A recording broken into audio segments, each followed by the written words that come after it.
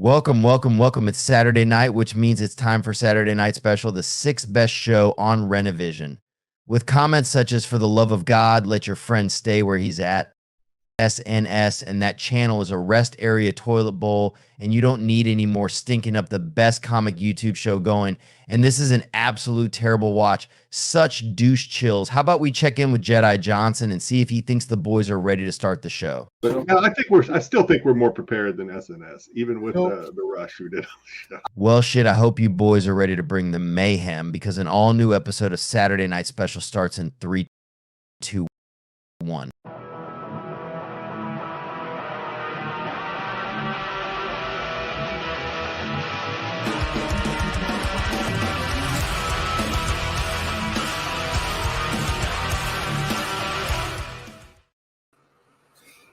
And we're live. You know, I was checking out the Qualified. Tyson and I were talking about it. And this goes to show how much Brucifer actually pays attention to anything outside his little tiny bubble. Are you ready? Uh-oh. Look at another thing, you know. So a Grand Comic Database. It comes up in a second. So they're talking. It's just kind of all over the place. Mm-hmm. And our buddy John's going to make a comment. Terry Floyd, I like the top half of this cover. So right here. It's in mall sales. So Purpose doing his own shows now. So it says, Bruce, did you guys kick the VW perv from the show? I have not seen him for a while. And let me go back. Wait, that's our buddy John Horschler? Yeah. Old John? Yeah. So let's see. Terry Floyd, I like the top half of this cover. It's in mall sales.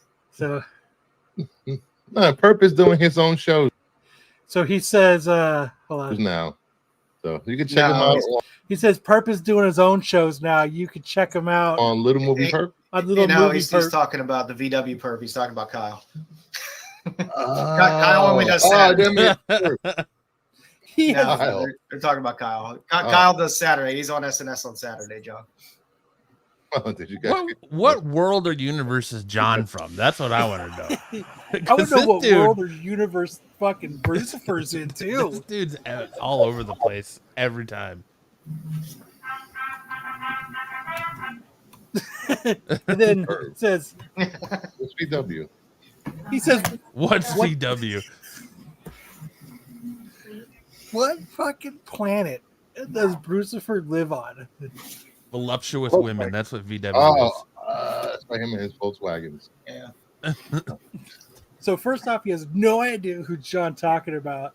So he just says, "Oh, that guy does his own show on movie something." And then he goes, "What's VW?" Tyson says, "Oh, Brucifer just cares about Mama Bear." I know, and it's only because she gives him so much attention. It's the only reason that he cares about her. If she didn't give so much attention, he wouldn't give two shits about her. But I just figured, All right, next up. It's just so quick to just continue on. Just to segue through that. Little Segoo.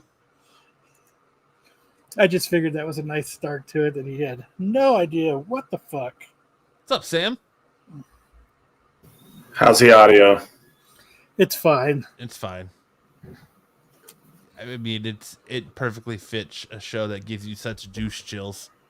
And it's like so still not better? Is that what you're saying? It's not any better? It's fine. I mean, you could turn your gain down a little, or you turn yourself down a little bit because you're kind of loud, but that's otherwise it's. What's up, GT? 10:16 a.m. Hell yeah. What's up, Tommy? Yep. You always got to hit the like button for them douche chills. He must have been waiting. Like the minute I posted the StreamYard, he was like, all right, go. Yeah, he probably just gets the alert. Notification bell. That's the kind of guy you want right there with that notification turned on. Says you don't give me douche chills tonight, I'm never watching again. Well, don't worry. We'll make that happen. I think douche chills are guaranteed. Douche chills is a requirement for SNS. What's up, Terry? What's up, TK? Mr. Tyson in the house as always. Bruce is batting 1,000 this weekend. Then, oh, dude, yeah, look at this. Here, I'll reshare my screen. Let's go and find. So he posted a little Star Wars. Bruce is going through it. Yeah, but he's proud of it though. He's about all his pulls, on the Razzes or whatever. No, he was he made a commentary video on somebody reacting to the Star Wars Acolyte show, and him and his buddy Mad Max over there. The VW perv. The VW perv. Made a video on it, and people are not reacting kindly to it. So he put this out 2 days ago. It's got 2.2 thousand views. It's got 118 comments, with comments such as, poor attempt to use Star Wars theory for clicks. It's perfectly allowed, however unacceptable. The guys went through treatment, or man's made a 20-minute video about a picture where it's not that deep. All you had to say is that he's reaching with this post and moved on. The show is obviously objectively bad written and look wise. And then says, how can we get people to watch our shitty video? Let's use a famous Star Wars YouTuber name for clicks and hyperfixate on irrelevant shit for 20 minutes. I don't see Marco listed in there anywhere. What do you mean use a famous Star Wars YouTuber? I don't see Marco or Discount Kyle. This one says, I'm not going to watch more than a couple minutes of this video, but I do want to clarify something for you that you said in the first 2 minutes. When you get demonetized on YouTube, you do get censored. So it says, video dump, clout chasers. Nice. This one says, great show, guys, and personalities. As homeless beggars, shilling for a bankrupt municipality corporation. You guys are terrible. Piss poor take overall. What a shitty show. Do you think maybe there's room for them on SNS? That's the kind of stuff we get, man. This one says, I wish you guys didn't watch the video where he will follow legal action. This one says, this isn't great. This isn't the worst. The show sucks indeed. Kingdom of Herbs. Kingdom of Herbs? This guy's pretty cool. I agree with you guys. Who the fuck are these guys? Bro, who the fuck are you? Y'all need to be ashamed. Using Theory's name for clickbait. Shameful video keeps shilling. You guys are so cringe. I actually liked that one. Nice try. You're all still irrelevant. Oh, who's this? You guys are great. I'd love to collaborate one day soon. Love the take, by the way. The only nice comment. Oh, did he delete my comment? Tyson, you're welcome.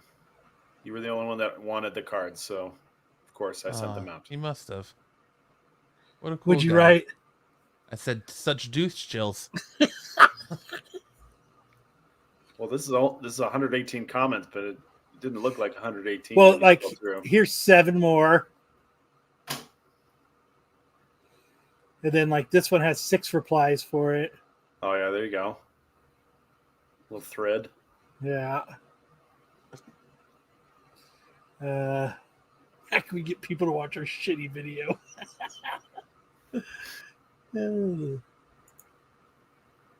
Star Wars Theory is the best. Nah. Piss poor take. You know. What a relief must be for you both to be unburdened by wisdom. Wow, somebody, not a very popular take, I guess. What was the gist of the video? Have you guys watched it? No, I don't care. Just like I wrote, I commented, I'm just here for the comments. Great video, guys. I'm a right liar. Wow. Yeah, that's why it's got some of these have a bunch of but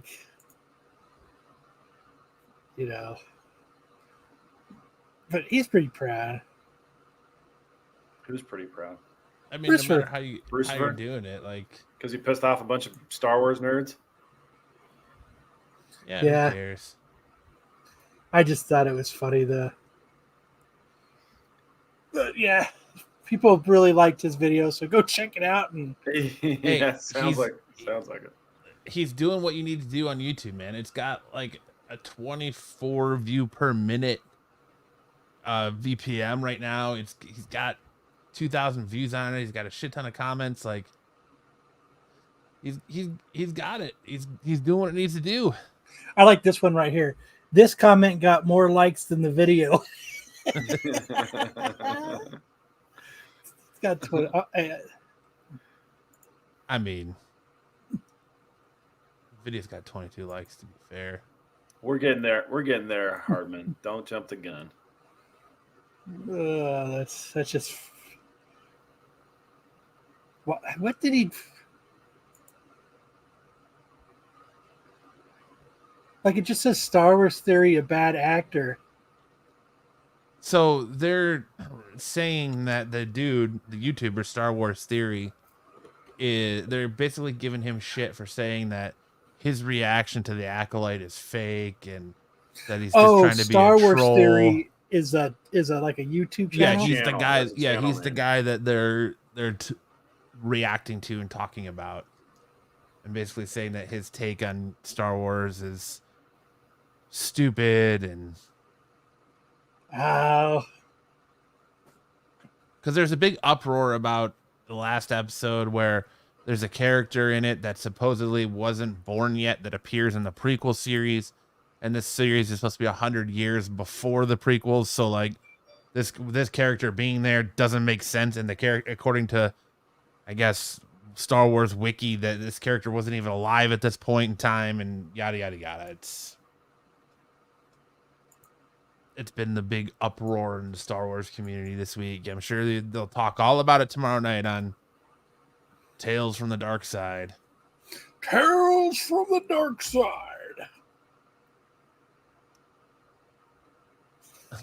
BK says, I sent the army after Brucifer. Good job. When are you going to send it after the tack show? He's trying. He's trying.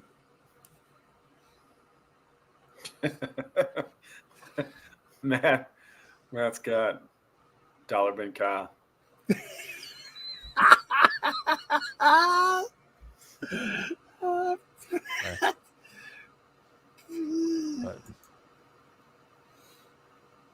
What else is going on this week, I'm boys? surprised that Bruce even knows who this guy is. I mean, he doesn't even know who I am when somebody mentions it.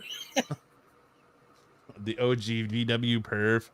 No, Perp's got his own channel now because he doesn't have a friend named Perp. So Perp's got his own channel now. What's up, Joe? It's just Count Velma. Oh, that's what Thade called me. Yeah. He called you Discount Velma? Yeah. Oh, I'm triggered. Oh, man. Man, it's like calling me. It's like telling me I'm fat because I didn't. Leftover Kyle equals Thade. I got the slap on the hand during the Hot 10 from Marco about making fun of Thade. Did you really? Yeah.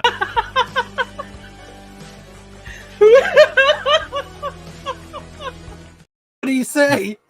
He was just like, stop making fun of him. And I go, I go, it's hard to not make fun of him when he doesn't even know who he's being referred to. I was like, he thinks I'm Kyle. And he was like, yes, he does think you're Kyle. And I was like, he doesn't even know who he's being referred to. So, clearly my talking to has really stopped me from picking on things. So funny. He has no idea who he was talking about. He doesn't. Just makes me laugh. Soft. Soft like the butter left out of the fridge overnight. It's like this. Clowns. Send in the clowns. 16 minutes in, there's our first copyright strike. Because no matter what we do, that song always gets copyright strikes. So weird. The bots are out in force. Fuck 'em. No, don't say the word "who" in a funny voice, man. Somebody might get their fucking poo-poo in a platter. Oh, is that a thing now too? The real story is that Matt failed to contribute to Marco's blouse fund. That's Hey, what do you think of my you're blouse? onto it. You ripped my blouse. I think you need a couple more buttons. What's VW? Oh my god, dude. Gotta What love our fucking, cohorts on this channel. the fucking planet you live on. Speaking of planets, where the fuck is old Sticks? Oh, not shipping shit out and probably fucking hosting another fucking prom for the 18th time. Took me 2 weeks to get the cards shipped to Tyson, and it's been 7 months since I won that comic book from Sticks. You still haven't gotten it? No, it's not coming in. It's not ever gonna ship. I don't think he ships his shit from Whatnot either, because I got a book from him the other day and I never got the notification that it shipped. Well, he's a busy man chaperoning proms, 5th prom, and he's making just sure fine. that He's hosting them himself now. He's got to pimp his DJ business. So he's hosting. they're All proms right. in the basement of his house. It's coming via passenger pigeon.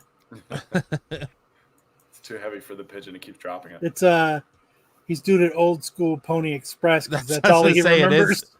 I was saying it is Sticks, so it's probably coming Pony Express. Hey now. Vaginal warts. Hey now. All right, are you ready to get us started, Mr. Sam? Yes, I am so ready for this. Because we can't get away from her. You had to pick this as our show starter, huh? We got to talk about Ms. Hawk Tua. I mean, Tua. might as well bring up the video, right? Oh my gosh, this chick Spit is on sweeping that the thing. nation. Between the cute Southern twang and the giggle and the question that prompted it was, "What's your go-to move in bed?" And the gal says, "Hot Tua, spit on that thing." You feel me?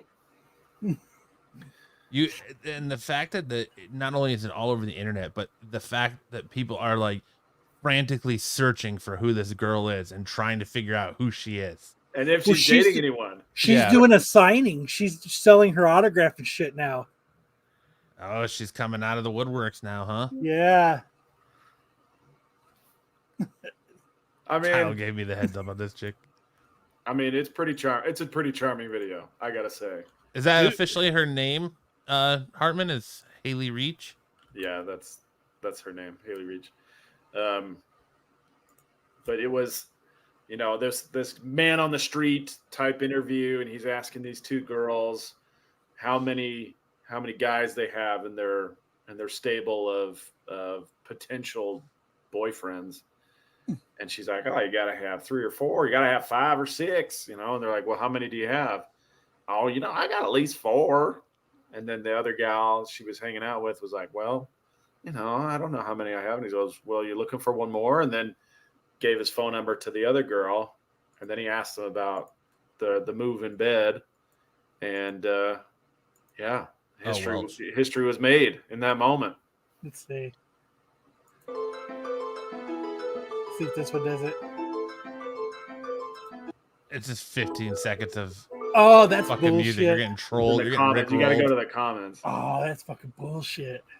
Full video. Well, because he asks her like, "What's the best way to get out of over a breakup?" And she says, "To get out from under one and under another." And then he's like, "How many are in your?" The trend started with a simple question posed to some strangers on the street, and exploded to become the meme of the week on TikTok, and perhaps more. The spit on that thing girl, no one wants to hear your robot voice, is a woman who gave an amusing answer to a. This is some bullshit. Why is it so hard to find out? But she's basically like, until the one I want wants me back. Spit on that thing. You gotta give him that huck too and spit on that thing. Huck girl, also. Oh my gosh. Well, I thought it was adorable. My wife and I watched it together, and she was not as impressed. The girl has become the biggest meme on the internet, and people think they may have finally found out who she really is. Haley Welch.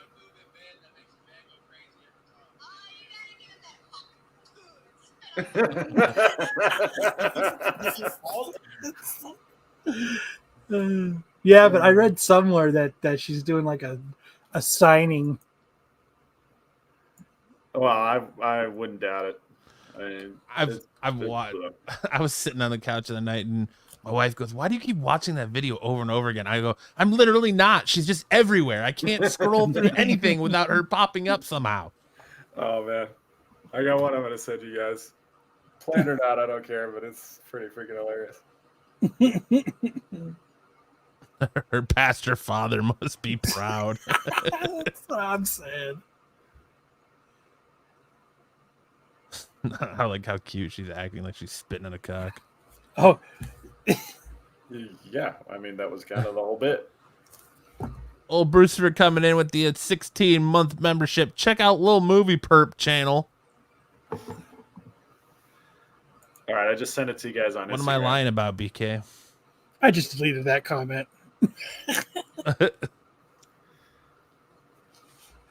Don't come in here and try to do something because you're trying to cover your ass. Wait, you deleted Bruce's first comment? Yeah. Did you put him in timeout? No, I just deleted the comment, the movie perp comment. I thought it said perp, not perv. Hot poo and spit on that thing. Just joking. I love you, Brewster. I just think it's funny. You guys got to see this. The mashup, the memes of this are fantastic.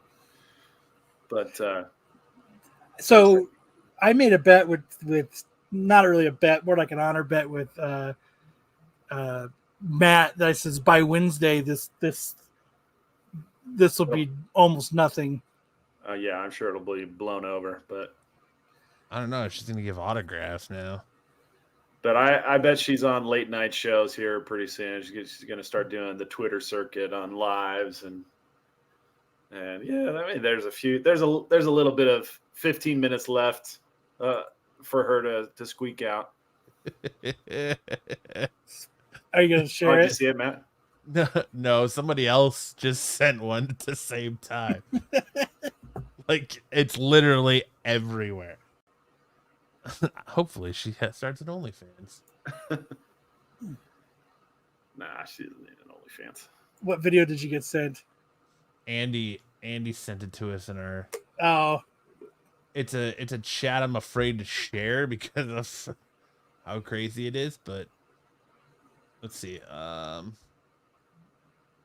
me do this. Stop screen. Present. Share. I saw screen. one that. Who's more popular, Hot Girl or that cop from Tennessee? I saw one. It was like the Says Trooper, Master, how will we extinguish the burns? Palpatine, Hawk 2 and spit on that thing. Hawk 2. Bruceford said, he just messaged me and said, I was going to call Thade to come get you. But you don't need to call him Bruceford. He's already here. I saw one. It was the Tennessee cop. It was the Hawk 2 girl. And it was someone else. It was like the ultimate trio. I can't remember the other girl that they had there. But when that Nintendo game don't work. Hawk.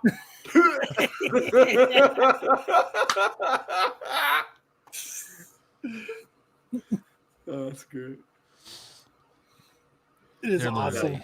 The one I sent over is a mashup of it's Kamala Harris and she's saying, "Do not come, do not come," and then ha, and then it's Trump. I'm gonna come. There's I think I need this. If you don't Hawk 2, I don't want to talk to you. If you don't Hawk to it, I don't want to talk to it. Oh, man. Fucking.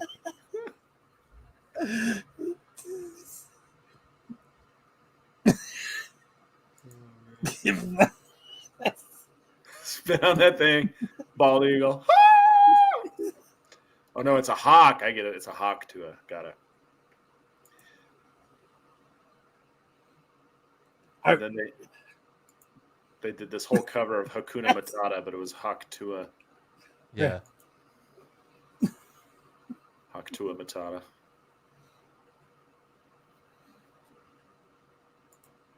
Yeah, it was just it was just the meme we needed, right as World War III is breaking out. Everything's in shambles, and then this girl comes in. And just like that, everybody starts spitting on things. Spitting on that thing. We got nuclear submarines off the coast of Miami. Well, I've seen memes that are like of her that say single-handedly overtaking Pride Month and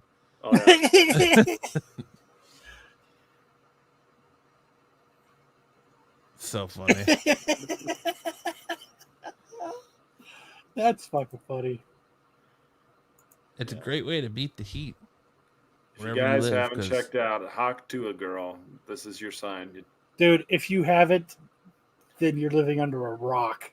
Oh, yeah. There's so many. The audio works so great. There was one My entire Facebook feed is nothing but Hawk to a Girl and Justin Timberlake's mugshot. Oh, yeah. Justin Timberlake mugshot. Oh, man. I'd rather... 100% Damien. I guarantee it's probably it's one you'll never ever forget. Ever. Oh yeah, she's definitely fucking double handing it, working that shaft. She seems like a giver. It's the one you keep in the spank bank for sure.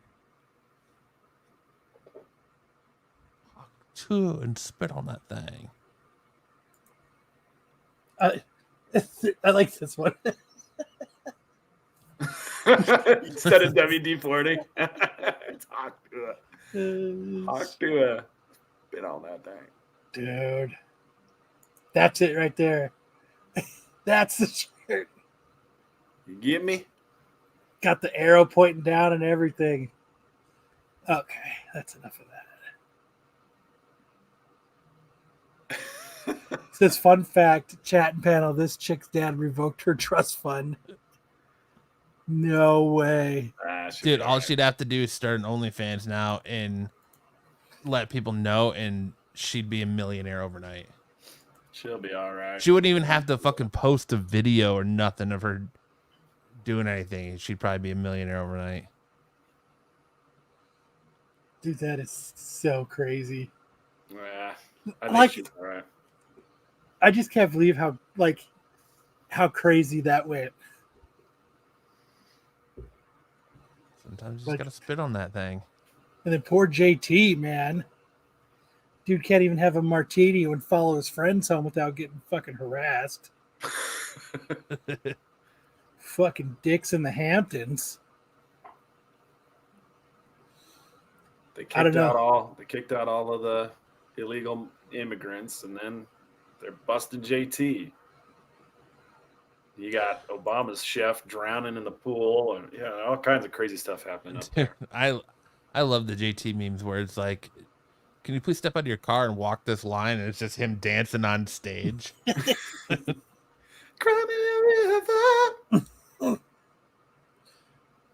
But you know, when people get pulled over, they always only have one or two drinks.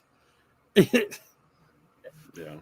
You know, and then they blow into the breathalyzer, and you know they had all 15 drinks. You know you're blowing a .10. You know you're blowing a .11. So last night when I was watching On Patrol, they were in like, I think North Carolina, and there was this chick arguing with her husband because he had a restraining order against her, and you couldn't understand her, so they actually had to subtitle what she was saying because she had such a thick, like, backwoods accent. And she's like, I'd make him Huckleberry. And I was reading, and then like Dan and everybody on the show didn't know what "I'll be your Huckleberry" meant. And then everybody starts arguing that they think it's Hucklebearer, and that Val Kilmer didn't say Huckleberry. You know what I'm talking about, right? I saw that meme. Like somebody posted this thing that kind of like wildfire spread over Instagram for like a day or two, and then it was saying Hucklebearer means a pallbearer. And the huckles are the handles on a coffin. It's like I'm the one for the job. Yeah, it's that you Googled that. You just Googled that. I didn't. I know what Huckleberry means. I'll be your Huckleberry means.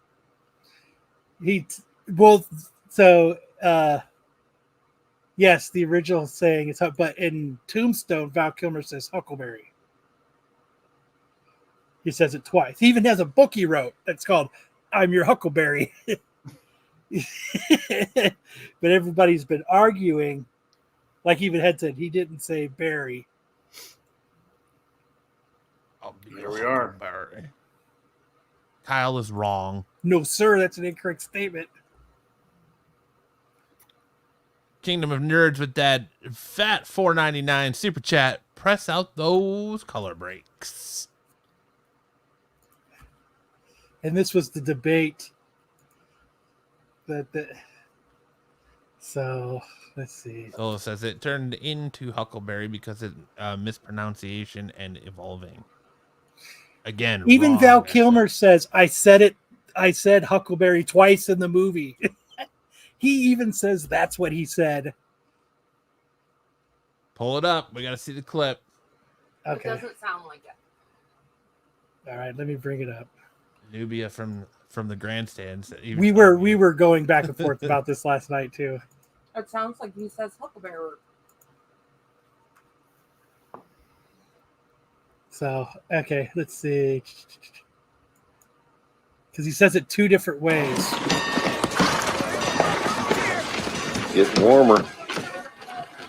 Guess spring's coming. Hello, Billy. I'll say hello. It's Deputy, and I don't want to talk to you. Those men you killed were my friends. I'm just a nothing, but if I wasn't, I'd fight you right now, so I don't want to talk to you. All they ever did was laugh at me.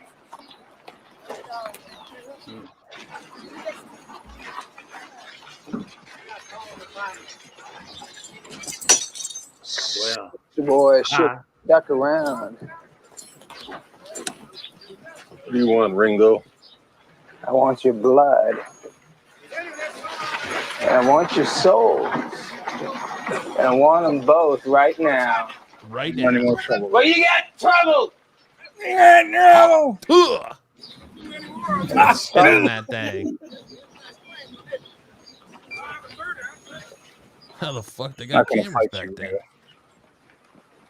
There's no money in it. Sober up. Come on, boys. Wretched slugs. Got any of you have the guts to play for blood? I'm your huckleberry. There it is. I'm your huckleberry. That's just my game.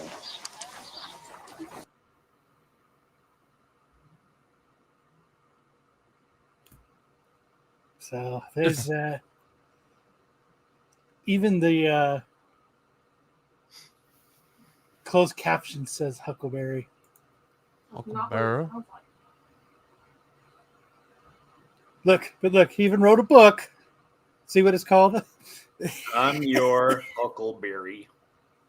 I'm your huckleberry. Ed says, nope, rewind. They typed it wrong.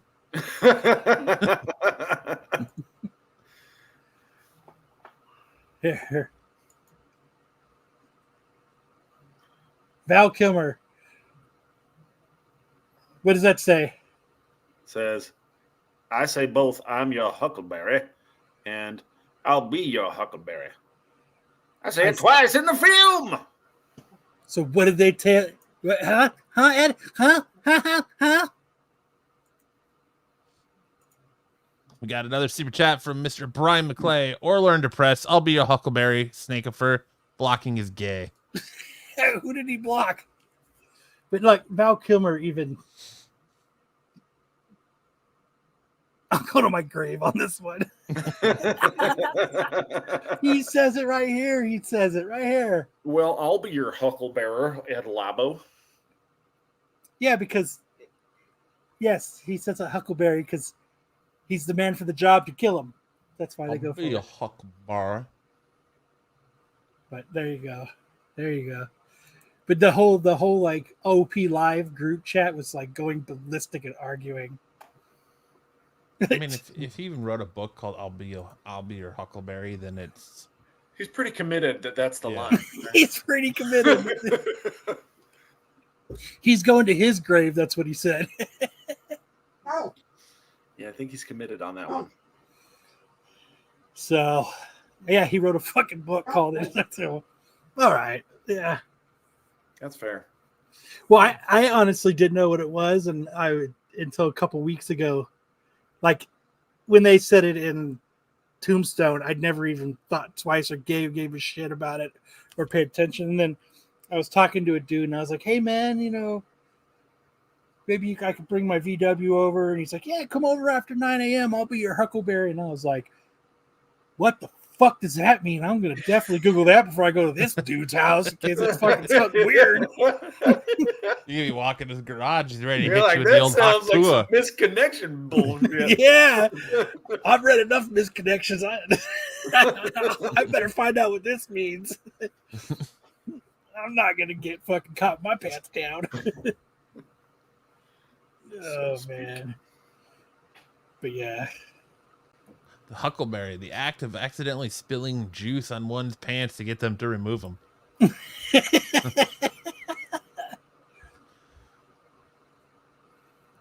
Mr. Blocking, we don't judge this month. No blocking. Damn, Brian gave us $5. Yeah, he had to one up Brucifer. Give us one more cent than Brucifer did. That's awesome. Yeah, I'm gonna put that back up, and then I'll do.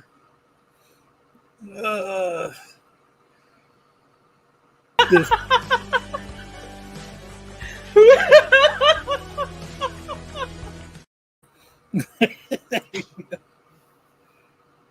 All right.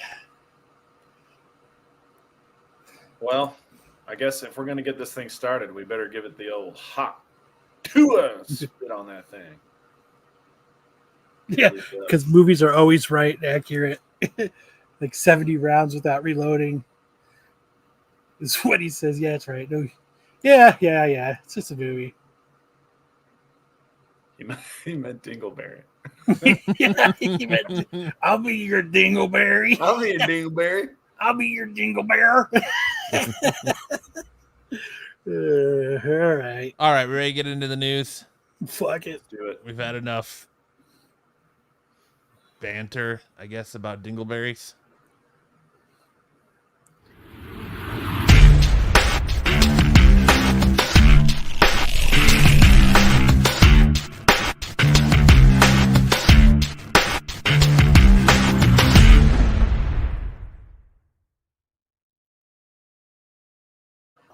Dingleberry. I'll be your Dingleberry. I said berry, not bear.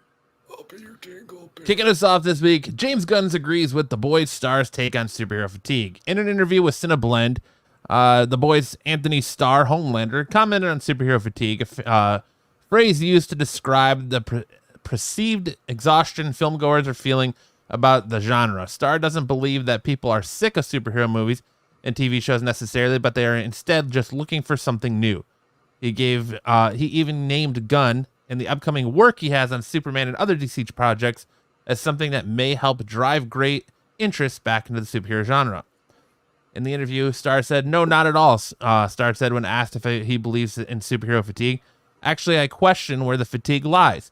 And I think without digging into specifics or anything that has or hasn't been successful, I'm very curious to see what happens around any notion of superhero fatigue when James Gunn's superhero projects come out. I don't think that the audience is fatigued. Let me put it this way. I think the audience is hungry. We were just down in Mexico during CCXP down there, and they are hungry as hell for superhero content." The filmmaker, he's talking about James Gunn here. James Gunn said he agrees with Starr's stance, suggesting that too many genre films have been retreads of what audiences have already seen. Gunn went on to note how that applies to every genre and isn't limited to superhero movies. Okay, first off, Matt, tremendous job reading that. You did a great job. No, it was awful. That was fantastic. I don't think there was a single word that you mispronounced there. Successful. Maybe. That was a great job. Secondly, I know where the fatigue lies in superhero movies, and it's not with the audiences, it's in the writer's room. The writers are getting tired of writing superheroes because they don't really care about superheroes. They don't know them. And James Gunn's been saying this for, I don't know, this is like what, our 5th time we've had a story about him talking about superhero fatigue. Maybe. Well, I mean, it's interesting to hear it coming from one of the biggest stars in a superhero role right now in Homelander, especially with the new season of The Boys coming off. And I mean, it's the first time that he's really said, I think that's really put out there, that it's not fatigue. People are hungry for it. They just don't want the same stories over and over again. And if you kind of look at Marvel's last run of shows, if you look at Moon Knight, Echo, and Miss Marvel, it's kind of rinse and repeat. It's I'll be Gunn's Huckleberry.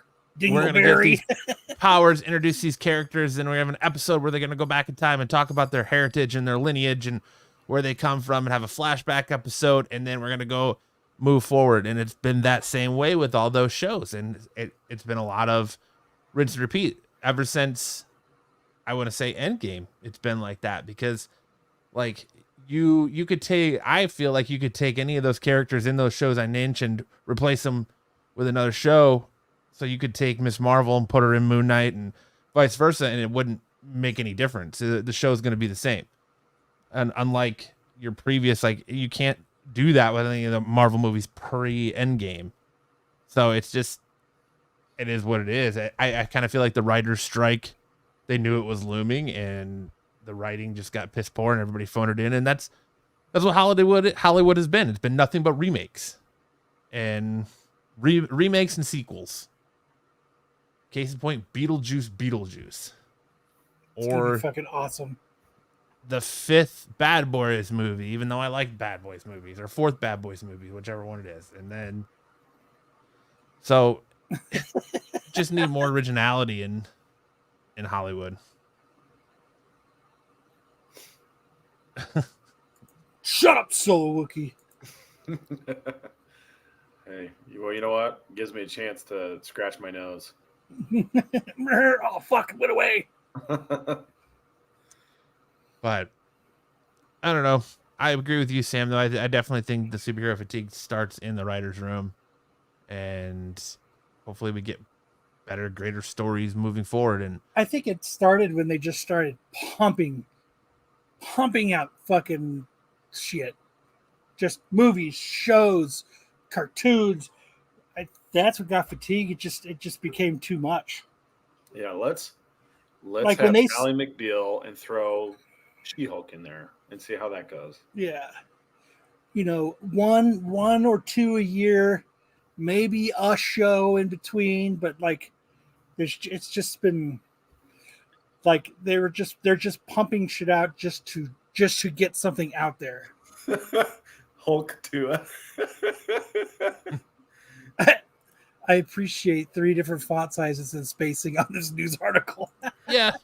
Just got to hit those points. You know what I'm saying?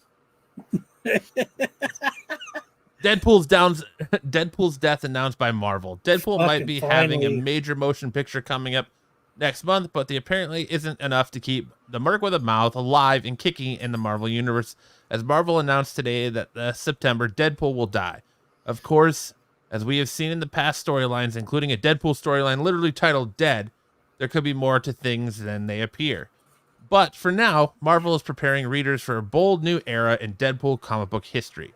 The monumental story will be part of Deadpool number 6, the final issue of the first arc of Cody Ziegler, with a striking cover by Torrin Clark, featuring a villain's hand disturbingly poking through Deadpool's chest. It looks like the Hawk 2. Yeah, do we really? I mean, is Deadpool really going to die? It's comics. He's not going to stay dead. And he's one of the most popular characters, and it's the first arc of Deadpool. So we're going to see like Deadpool in hell, or Deadpool fighting through heaven now because he gets killed, or Deadpool fighting through heaven. Deadpool having a near-death experience. It's 7 episodes of him and Jesus fighting so that he could get to God to fight. Him and Jesus sharing the world's longest chimichanga, and they're both at one opposite ends eating towards the middle. And then when they have a kiss, he comes back to life. So there was a question posed of a Dungeons and Dragons panels. Now, I know you guys are about to roll your eyes big, but they asked, how many monsters could you get from a single human corpse in the Dungeons and Dragons universe? Because you can have ghosts, you can have zombies, you can have living skeletons, mummies, disembodied hands that run around like Thing from Addams Family. I fucking love fucking idle hands.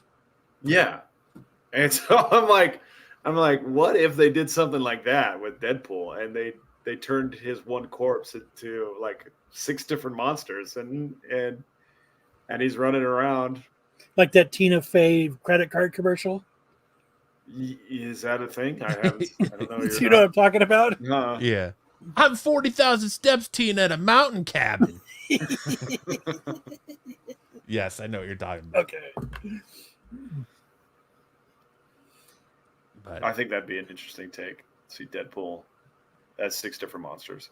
Can't wait for Headpool issue 1 to start, where it's just his head rolling through. His head in a jar. Yeah, rolling through panels with a sword in his mouth. He's the number 1 bowler on the team, on the league. Or Handpool. Hey now. You know what he's doing. Pool. Oh my gosh. Pool jobs. Come get a pool job. If Ryan Reynolds squeezes in the Hawk 2 line, it's going to ruin Deadpool. You already think your Deadpool is going to be ruined. You already think it's ruined. Can't make it any worse. Deadpool, the Hawk 2 edition.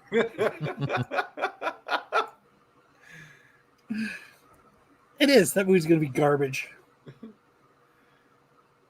But or like there's that Adult Swim show Assy McGee, right, where it's just the torso, so it'll just be Deadpool's fucking torso running around. Ass pool. And he talks with farts. That'd be hilarious. Fights with swords that come out from between his cheeks. I thought Deadpool couldn't die. Same about Wolverine, but apparently they can. Maybe this. That's what they're going to do. They're going to entomb him in a chimichanga. Maybe this villain has a way of neutralizing his healing factor. Harmon, look at Harmon with the puns. Like if Deadpool was chopped into Hold on. Oh, then he gets the bell for that. Ring the bell.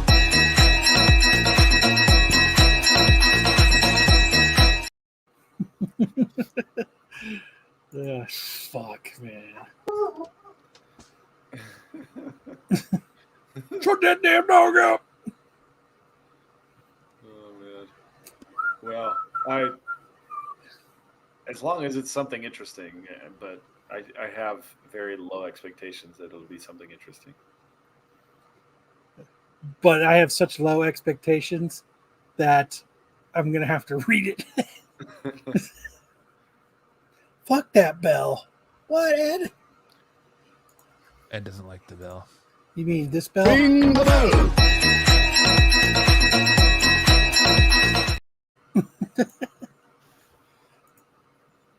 All right. Zeb Wells and John Romita Jr. to quit Amazing Spider-Man after final arc. Zeb Wells and John Romita Jr. relaunched Amazing Spider-Man from Marvel Comics over 2 years ago after both spending a number of years working on the character, though John a little more than Zeb. But With they guest didn't artist- relaunch Spider-Man. What's that? They didn't relaunch Spider-Man. I think they relaunched it with a number 1 when they took over, didn't they? Yeah, but John Romita Jr. wasn't drawing it. No, at the beginning he was. No, it was fucking Ryan Otley. I think that was a different. Was Zeb Wells writing with Otley? Yeah. So long. It's so long ago. I mean, I remember. I only know Romita's been on it because I fucking hate his art and I've been reading it. But he came in later. After. Let's see. When did he come in? I kind of swore a different writer was writing Spider-Man when Otley was on it. But you might be right. Not usually. You probably are right. Not usually. Let's see. Sorry, I'm just Googling it to see if Zeb Wells was the writer. I don't know. I'm not going to waste time looking for it, but we'll just... He said in 2021, Wells was announced as one of the writers for Amazing Spider-Man. And in 2022, Wells took over as lead writer with artist John Romita Jr. I guess so. But I thought it was Ryan Otley that started it. Because I remember being excited that Otley was going to be drawing Spider-Man. Yeah, he started with Nick Spencer. Okay. So it was Nick Spencer and Otley. All right, continue. With guest artists such as Ed McGuinness, Romita drew the lion's share of the run. It hasn't been without controversy. It kicked off with Spider-Man hated for some unknown crime, with Peter Parker and Mary Jane split, and Mary Jane living with Paul, and suddenly having kids. The series brought back from Zeb Wells the bad guys, a dark web, killed off Miss Marvel, saw MJ get powers of her own, and as a gang war kicked off, and now has Peter Parker fighting himself, courtesy of the return of Green Goblin, Norman Osborn. But now it looks as if their run is coming to an end, and it involves Tombstone, who swore that he would kill Spider-Man to help ensure his dominance of the organized crime market in New York. And the final will begin with Amazing Spider-Man 58 out on the 11th of September. I'm sad to see Zeb Wells go because I like Zeb Wells on here, but I'm so stoked to see Romita Jr. go because I'm so tired of the art on this book just being doo-doo. Look at that. Tyson topped McClay. He puts an extra penny in. Hey, man. Hey, it's working. But so glad. I would love to see Joshua Williamson come over from DC and take over Spider-Man. I would like to see maybe Tynion take a shot at Spider-Man. But I think, isn't Tynion locked into like exclusivity with DC? Yeah. I would love to see Scott Snyder do it, but again, he's locked in. He's taking over DC's like Ultimate Universe, whatever you want to call it. He's got some big DC project he's kicking off. But I would love to see, like, I would honestly love to see Ed McGuinness be the reoccurring artist on Amazing Spider-Man, because I've loved his stuff through the Goblin arc so far. Capullo would be cool. Capullo would be cool, but he doesn't seem to be one of those guys that's taking on multiple books at once, and he's about to start doing Wolverine. So he's got the Wolverine ongoing series that he's going to be drawn for. So I don't know. They have not named a replacement team yet. I bet you we'll probably get that at San Diego Comic-Con, or maybe even New York Comic-Con later this year, the announcement of that team. But I have a feeling that this final arc is probably going to take us well into 2025. So you're probably not going to see Zeb Wells and Romita Jr. leaving Spider-Man for a while, even though they said that this is their final arc. But let us know in the comment section below who you think should be writing Spider-Man. Up next, Marvel's fans stunned Sony finally making Spider-Man movie. Sony is reportedly casting a live-action Miles Morales, and Marvel fans are all over social media. All had the same reaction. The internet is buzzing after Jeff Sneeders, the Hot Mic podcast, saw the report claim that Sony was already looking for live-action versions of the beloved Marvel hero. After a lot of side projects about Spider-Man's villains, the studio is finally making a movie about Spider-Man. It's something you hear on social media all the time, especially after Madam Web became the internet's punching bag for a few weeks. There's no doubt that fan excitement around a possible Miles and Peter Parker crossover would be a massive event for fans of the Spider-Man franchise. What do you think about Sony fucking up Miles? I don't think they're going to fuck up Miles. I think they've got so much invested in Miles, and I mean, they're killing it with Into the Spider-Verse and Across the Spider-Verse. So I think this is a good way to go. Let Marvel have Peter Parker. Let the MCU have Peter Parker, and they go forward with Miles and just do their thing with Miles. And it'll be every great. Other Spider-Man. Yeah, I don't think they're gonna fuck up Miles. Hopefully Cates not. and Stegman 2025. Ooh, that would be a good one. Dude. I would love Stoney Cates on Spider-Man, but he doesn't seem to be really writing ongoing series much after his accident. No, it looks like he's kind of taking a back seat a little bit. Joe says Sony and excitement are words that don't belong together, or not words that belong together. Yeah, that's that's where I'm kind of at with Joe. Tyson says, I know how they fuck it up. They're going to do something to fuck it up. I'm not sure what yet, but they will.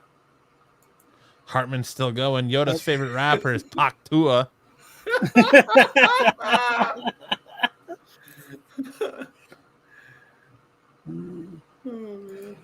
Let's see. He's like a dog with a bone. He's not going to let it go. Tyson says they'll race swap Miles. I don't think so. So Zeb Wells started helping write an Amazing Spider-Man at issue 74. And then at 77, it switches to Kelly Thompson. And it switches again to Cody Ziegler. Then it switches again at 82. Then it switches to Patrick Gleason at 83. Yeah, then they just get who wants to write Spider-Man this issue. And then Zeb Wells at 86. And then someone else for 87. Wow. Then Zeb Wells for 88. Jesus Christ. I was trying to see if they started exactly at 1, but they did, right? I was trying to see when they actually rebooted it. Just as way to crap the bed on their most important book. I just think it's really who you add. Like, I've been really into the last couple, the Goblin stuff so far. Goblin like the last dick. 2 issues. Goblin D's nuts. I like where they're going with the Ben Reilly stuff, but it's not quite. It just kind of depends on how they stick the landing, continue on with him. But I don't know. I'm excited to see who's. It's going to be an all-star team, I think. And I'm be interested to see if they relaunch with a new number one, which they're probably going to do. Because they don't ever do that. No, they never. They just continue on. They never relaunch the new number ones. Ever. Never. But get stoked for Miles because he's coming, and hopefully Sony can write the the Spider-Man ship over there with an actual Spider-Man to work with. You know who they should get to play Miles? Who? Tom Holland. Get Ryan Gosling. Tom Holland's brother. Shia LaBeouf. They should get Thor to do it. Yeah. He's doing everything. Oh, fuck. Definitely didn't want to do that. John Hamm rejects major DC movie role. John Hamm is a self-professed comic book nerd, and he's trying to get involved with Marvel and DC projects. However, he turned down one opportunity to star in a big DC movie, but perhaps that was for the best. In 2011, Ryan Reynolds starred in Green Lantern before going on to find a much greater success with his Deadpool movie. Green Lantern film was a dud, heavily panned upon release and coming up short at the box office. It had been reported that Hamm was one of the actors in consideration for Hal Jordan before Ryan Reynolds' casting, and the Madman star confirmed that he was offered the part in a new interview with The Hollywood Reporter. He said he definitely didn't want to take on that role before sharing how he actively pitched himself for other characters in the superhero movie realm. John Hamm went on to say, "That's one of the I definitely didn't want to do," Hamm said about Green Lantern, "but I've pitched myself for a couple parts of Marvel Universe. I didn't want to say what exactly, but it was a part of a comic book that I really liked. I was like, are you going to do this story? And they were like, yeah, we're actually thinking of that. I go, good, I should be the guy, so maybe it'll work out." John Hamm for Mr. Sinister is my vote. So is he rejecting a role or is he accepting a role? Well, he's saying he rejected the Green Lantern role that was originally offered to him before he turned it down, and then Ryan Reynolds took it. And now he's pitching himself to Marvel because he wants to get into a Marvel movie. I am. So I would love to see him as Sinister in the X-Men movie whenever it drops. That would be sweet. I'd like to see him play Nicolas Cage. And a Nicolas Cage biopic. He'd do a better Madam Web than Dakota Johnson. Or Captain Britain. Or Miles Morales. Henry Cavill's going to do that. Miles Morales. Professor Xavier. Maybe he'll be Gambit. Or Cyclops. Maybe he's the new Wolverine. Oh, that'd be cool if he was Wolverine. Jason, Joe loves glazed ham. He wants the Hawk 2 on it. Hawk 2. Fuck, man. There's so many characters out there that John Hamm could play. He's gonna play Scrooge McDuck in their Infinity Dime movie. Oh, I'm definitely gonna go see that one at the theater. They're not making that. I know. But the thicker the glaze, the better. Glazed. Peacock developing limited series based on the killings of John Wayne Gacy. John Wayne Gacy is one of the most notorious serial killers in American history, not only because he murdered dozens of men throughout the 70s, but also because he was one of his weekend gigs was to dress as Pogo the Clown to entertain children in his community. Peacock announced that Gacy's crimes will be adapted into the upcoming limited series Devil in Disguise. John Wayne Gacy, the Severance and Dead Ringer star Michael Chernouse, there it is, tapped to play the killer. Peacock's docuseries John Wayne Gacy, Devil in Disguise, serves as the inspiration for a new dramatization, which doesn't yet have a release date. Peacock describes the new series from 1972 to 1978. 33 young men were kidnapped, murdered, and buried in a crawl space beneath their killer's house. Fuck, that house had to stink. And no one was the wiser. It's one of the reasons why they caught him. Yeah. Not for all those years. Why? He was charming and funny. He had a good all-American job. He was a community leader. He was even volunteered to entertain sick kids while dressed as a clown. Devil in disguise John Wayne Gacy peels back the twisted layers of Gacy's life while weaving in heart-rending stories of his... heart-rendering stories of his mostly gay victims. Yeah, exploring the grief, guilt, and trauma of their families and friends, and exposing the systematic failure, missed opportunities, and social prejudice that fueled his reign of terror. Dude, I'm gonna watch it. You know, the guy that molested Drake Bell has some of John Wayne Gacy's art, and he's super proud that he has it. Like, what? Yeah. What are you talking about? You haven't watched the documentary about Nickelodeon, the Nickelodeon Quiet on Set? I haven't seen it. Yeah, it's all about the Dan Schneider who ran Nickelodeon, the creepo who made the girls take pictures of their feet all the time, and his wrongdoings and all the like pedophiles that were running around Nickelodeon during the 90s. So like if you, I don't know if you remember, he was pickle guy on a lot of shows for Nickelodeon, and he was also like a speech coach, and he was like in love with Drake Bell, and like he would throw parties for all the kids at his house and stuff, but he had John Wayne Gacy's art at his house. Dude. It's freaking gross. What? Which part? All of that is gross.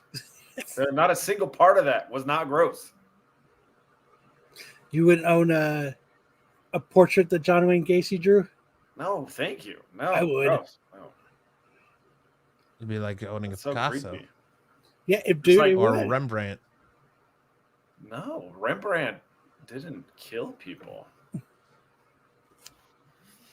Allegedly. Some bad juju with that stuff, man. I mean, I dig all that. Like, I think it's gonna be. I don't know. I'm not a huge fan of like, because this is gonna be like a, you know what I mean, like a fake show about it. That cover sucks. It's the worst cover of the week. But I'm still gonna watch it. I mean, I like watching this stuff. Between car restoration shows, serial killer shows, that's all I watch. Well, did you like the Netflix Dahmer show? Relax. Yeah, it was cool to watch, but like I'd rather watch like the real stuff about it. Or like Joe says, I only like really, really bad reenactments. Like you I like watching like the court document stuff. Yeah, and the you know, the actual interviews with him and the actual like case files and the people that actually interviewed him, and I like watching that stuff better. Just gonna take because you're not watching something that somebody wrote, because like that half that Dahmer show was added shit. Yeah, like The Neighbor and stuff. Like like a lot of it was to make the show, and I don't want that filler bullshit. Just let's. They got Cool Rick to play John Wayne Gacy. I don't know. That doesn't seem like a good fit to me, man. Brian Peck is his name. Tyson That's right. Says. Thank you, Tyson. That's the guy that molested Drake Bell. Brian Peck. Go watch the Nickelodeon show. It's only it's only like 4 episodes. Okay. It's like 4 or 5 episodes. I'm just glad that by the time they got to iCarly, it was starting to dissolve. Well, why iCarly? Because Amanda Cosgrove's so nice. Well, I mean, it was kind of still there in iCarly, but the guy who plays Spencer, her brother, was kind of hip to it and blocking it. Yeah, and when they were He showed up on set, right? That was the. But when they were really going after that Jeanette girl, it was the other show, Sam and Cat. Yeah, it wasn't iCarly. But all right. But that's it for our news. Way to finish strong with John Wayne Gacy. Dude. And now we turn it over to Sam for some big news in the world of anime. Watch your ears.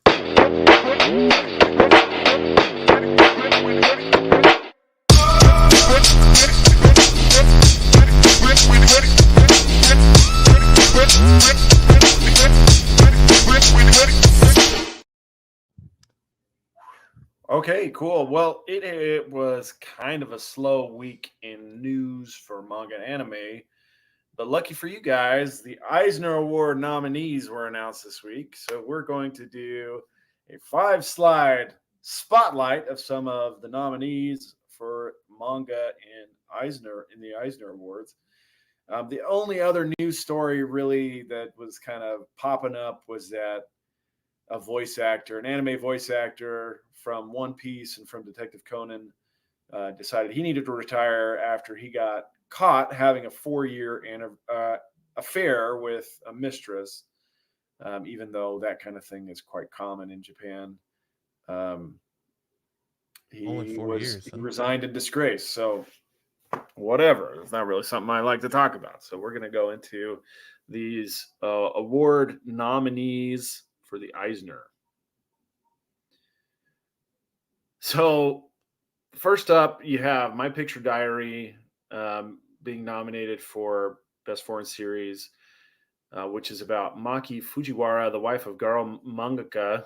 Garo being like a genre of like gore, I guess.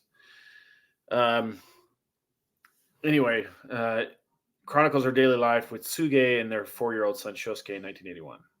Although placid on the surface, the story becomes less a gift for her son when he's older and more a space for Fujiwara to express quiet frustrations of a woman forced to play into a role that she doesn't want to play. The manga also describes domestic abuse inflicted on Fujiwara by her husband. My Picture Diary isn't a manga, at least not in the traditional sense. It's more of a picture book for adult audience. Hell yeah. The next one I think is hilarious. Toilet Bound Hanako-kun first stall box set. This is being nominated because the anime box set looks like a toilet stall. Perfect for this show. I mean, this is the rest stop toilet of the internet. So, right. So what's it about? Well, it's inspired by popular ghost Toilet Bound Hanako-kun. So porn? What's that? Yeah, it reimagines the red jumper wearing schoolgirl apparition as a mischievous boy ghost voiced by Megumi Ogata. He meets first year student Nene Yashiro when the lovelorn girl attempts a ritual to get a wish granted. Her pursuit of love ends in a curse of her own, and Nene's daily life only gets more supernatural as the days go on. It's about a ghost who is bound to a toilet in the local school. He's cursed to haunt this toilet stall until the girl. There's a few times I thought that was going to happen to me. Yeah, starting to lose consciousness. Oh man, I've been pushing for a long time on this one. But this is a series that is very popular and has spawned an anime and a spin-off anime, After School Hanako-kun. You can find this one actually in most of your local bookstores and Walmart. But it is a pretty funny show. And we'll go to the next slide. And Walmart. This next one, Goodbye Eri, is by Tatsuki Fujimoto. That's a name you might be familiar with because he's the guy who writes Chainsaw Man. The story follows a young filmmaker named Yuta contemplating suicide after the death of his mother, but a chance meeting with a mysterious girl, Eri, will alter his life in an explosive way. That is tongue-in-cheek. The manga struck a chord after its debut in Japan. Goodbye Eri came in at number 2 for male readers in Kono Manga ga Sugoi. This manga is amazing as it's translated. And number 7 in the 16th of Manga Taisho Awards rankings. Anyway, it's It's a pretty fantastic short little read. It's only about 50, 60 pages, and it's pretty great. It's about a guy who makes a lot of home movies, and then he finds this girl, Ari, who tells him that she's a vampire, and they make movies together, and they have to watch them at her house in the dark. And scary. The very end is quite explosive. Very scary. Not explosive in the hand shot away from Chainsaw Man. Not that explosive. More of the Hawk 2 sense. Yeah, it's not in the Hawk 2 sense. It's more in the TNT sense. It's dynamite. Let's go to the next slide. The next one is an adaptation of an H.P. Lovecraft story called The Shadow over Innsmouth. Go Tanabe's adaptations of H.P. Lovecraft's horror stories continue in The Shadow over Innsmouth. Set in the winter of 1927 to 28, the isolated coastal settlement of Innsmouth, Massachusetts, was assaulted by U.S. government agents. Its waterfront burned and dynamited, and its people were taken away to internment camps. Yet that was neither the beginning nor the end of the horror uncovered by a young antiquarian who traveled to Innsmouth in search of rumors from the town's dead past. And you can see some of the creepy art on the right-hand side of that slide there. Oh, spooky. What's that? That's so spooky. So spooky, yeah. It's a very, very good. If you're into Lovecraftian horror, this is going to be right up your alley. Next up, we have a Dracula spinoff called #DRCL Midnight Children, a new adaptation of Bram Stoker's classic novel. DRCL Midnight Children features luscious art by Shinichi Sakamoto. Sakamoto's art style is immediately distinctive for its gothic sensibilities and attention to fashion and style. His work, Ohi Antoinette Mona Lisa Niao, was previously featured in the Louvre. DRCL Midnight Children reimagines the horror novel's story from a queer angle while still closely aligning with what made the original story a masterpiece. Nice. That's cool looking art, though. Yeah, pretty neat. And then the last one I want to take a look at is called Mokumokurin. In a rural town. I got that coffee this morning. Mokumokurin. Mokumokurin. Hartman, you had me at queer.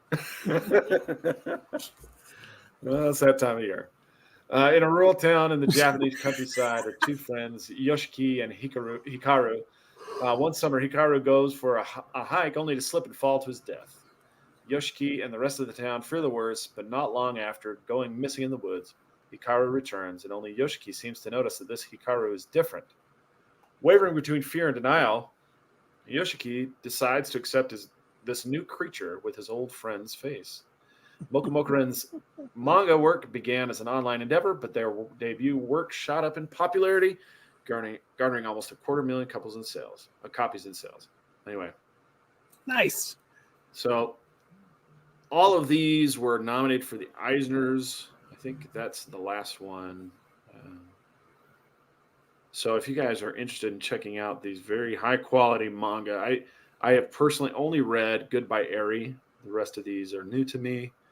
And I have watched Toilet Bound Hanako-kun, which I think is a very hilarious show. So if these things sounded interesting to you, I think the Lovecraftian one looks really fascinating. Definitely pick them up and check them out.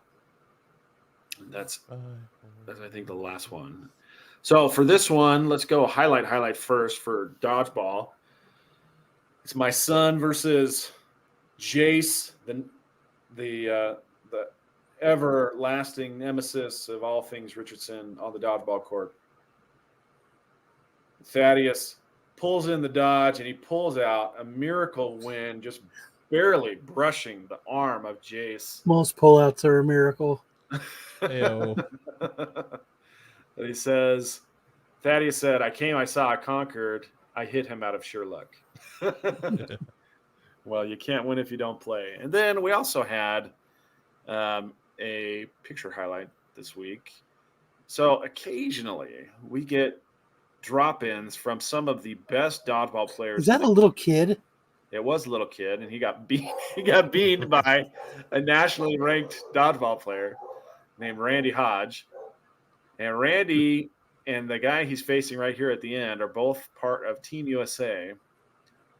And we'll let it cycle back through because the first person to get beat. He just beat the little ass kid. What the fuck? Well, you know, if they step on the court, they're fair game. You know, if they hit us, we're out. So we got to do what we can. The guy he's facing here, his name's Dylan Clark Oden. Be cooler if his pants ripped like Fidel. Like Fidel. But it was a roller coaster of emotions. Now, Randy was on my team, so I enjoyed watching him beat all these people, but then he dropped it right at the very end, and that was kind of disappointing. Roller coaster of emotions is the name of this video. I hope he feels good that he fucking just beat the little kid. I was like, why is he only targeting the little kids? Like, he went for the because they're easy. He went for the weakest ones first, and I was like, they're okay, easy. well. That's why little kids are easy. Does a nice little jump look at dodge. dodging. These guys are fantastic. It was fun to have them there. They dropped $100 to pay for new balls because my balls got freaking popped. Yeah, they did. Hey-oh. They were pinched. They got pinched. I was like, man, these guys are so tough on these dodgeballs. So they dropped $100 so I could buy some new ones. And then I found out Brian had a spare set at his house, and he's had it this whole time. But what a dick! He doesn't show up, so I don't know. Oh, he stopped coming, huh? Well, he's been really. Not That's what happens when your balls get pinched. Yeah. Thaddeus is my son. We searched long and hard for a name that we thought would be really cool, and Thaddeus is what we came up with. I didn't know that there was going to be a Thade giving us such grief on the show when I named him Thaddeus. Say his name and he shall appear.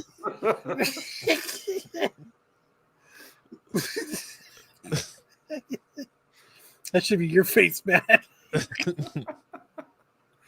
Anyway, thank you guys so much. I love sharing all the anime, manga, and dodgeball news with you guys every week.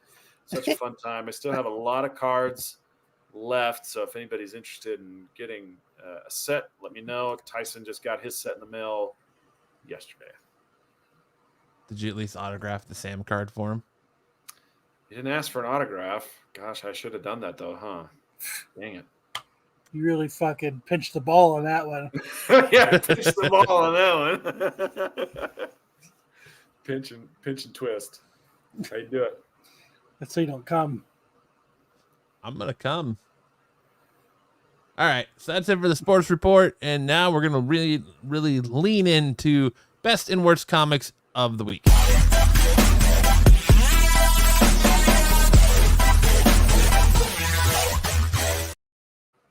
Time to lean. Kicking us off, we have Superman 15, Joshua Sway Swaby cardstock cover. Looking something like Superman right out of Tintin, or that have you seen this man in your dreams image. Just looks like his dick is going to the left. Yeah. Complete with massive thighs and a little bit of a partial chub. And like slick, greasy 50s hair, right?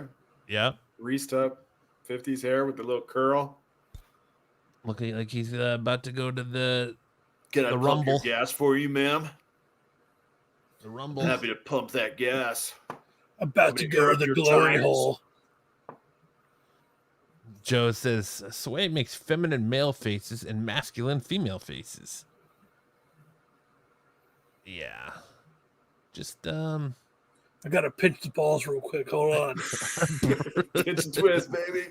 Pretty generic Superman image here. I think this is one of the ones that was the replacement for the AI scandal, but his face kind of looks like Phil Coulson from the MCU. A little bit. It's John Hamm. Honey baked ham. But yeah, I like the Kyle. picture pointed out the schlong. I mean, it's very prominent. It's got a little girth in there, but a little 3/4 his. You can almost see the pecs busting through his vest there. Hey, buddy, it's starting to look like you got some lipstick going on down there. I would say this is AI. I question if this is AI. I know, that's what I was kind of thinking too. Because just like, look at the way the cape is. Why is it so long? Right? And in so many different pieces. And why can you see his pecs through the crest? Well, that's pretty simple. Looks like there's a crest in his pants. Like, look at how his shirt, like his sleeve cuff is right here or right here. It's for a tighter fit.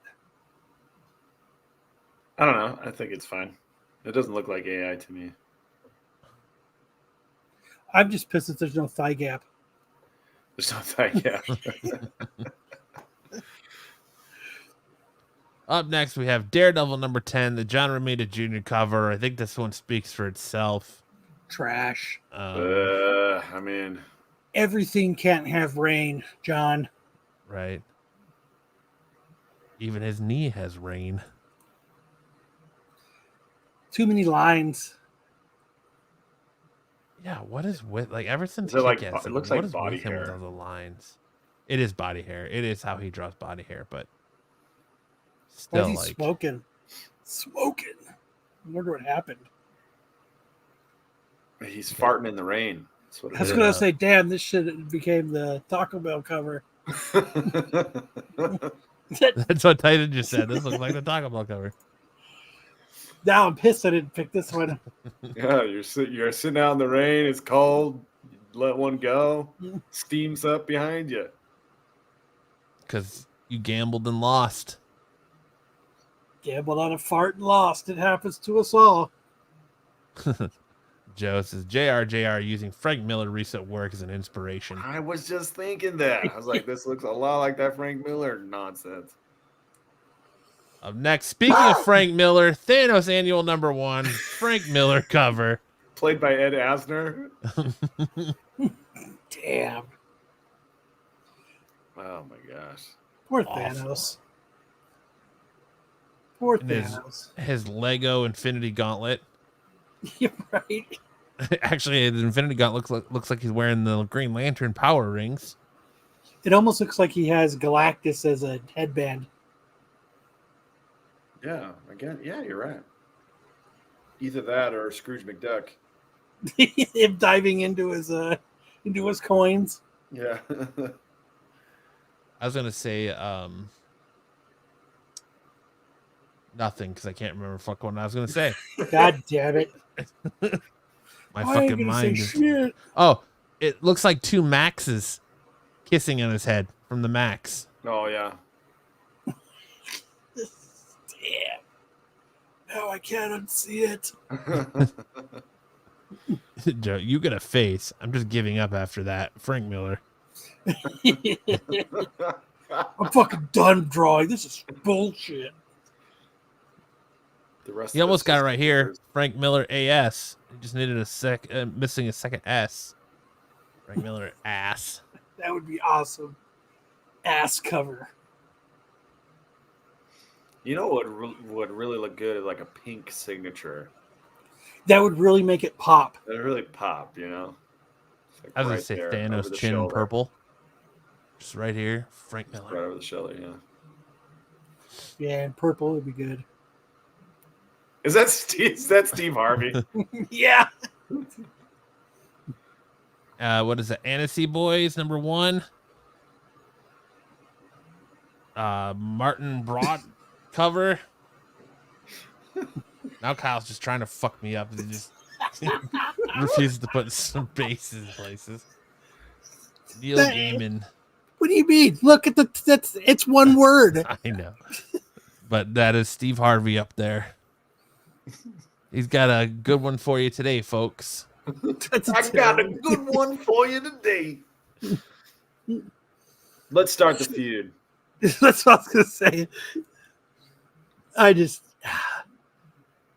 Yeah, that's just bad. Steve Harvey should never be on a cover of anything.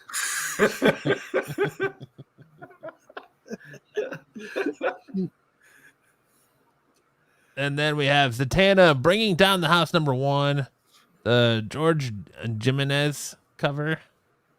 Jimenez. Cover. Like, usually I love his artwork, but this one here. Fuck is this hand? It's AI. It's her magic hand. It is on backwards, and it's like I don't know. She's falling or she or sliding, like or she's sliding on the stage, and like she's like. She's almost looking like Matt when he tripped on the curb. And then you get up to her face and you're just like, oh man, what happened, dude? No, man. Not enough Hawk, too much Tua. Or too much Hawk, not enough Tua. That's what it is. That's what it is. Too much Hawk. Joe says, I'll take any Zatanna cover they feed me. That was just not good. And usually she got those Jackson shoes on. The spats. And usually he's such a good artist, and I just think this one fell short.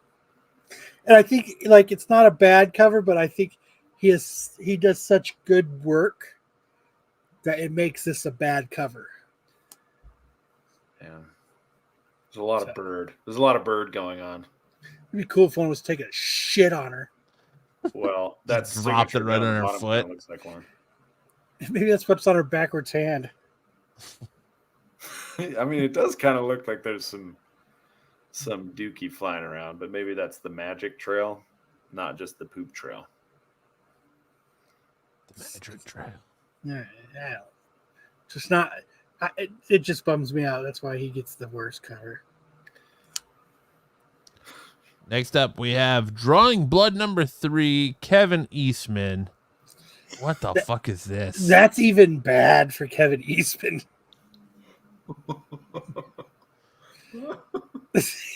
like a lot of times with those indie books and stuff that we find the covers for, and that's comparable to this. Those really, really bad indie book, like the like the self-published. That's comparable to this.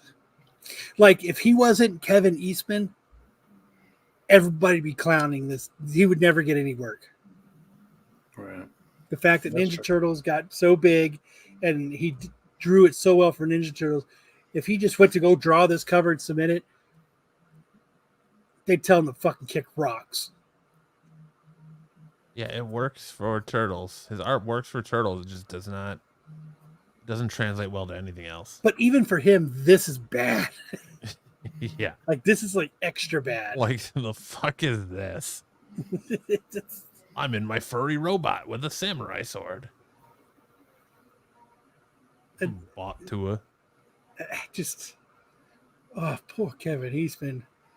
And you could tell he gave up on trying to draw shit and it's just a bunch of purple and white lines.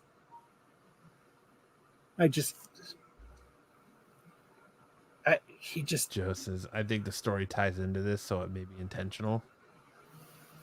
No, that's pretty much Eastman. You look at every Eastman, that's pretty much Eastman. I don't know if that's intentional. He had a kid draw that. Probably. He's probably always had somebody else draw for him. He's using so many different colors, though, that no matter what color the signature is, it doesn't really stand out. There's no chance for it to pop. Nope, there's no popping signature there.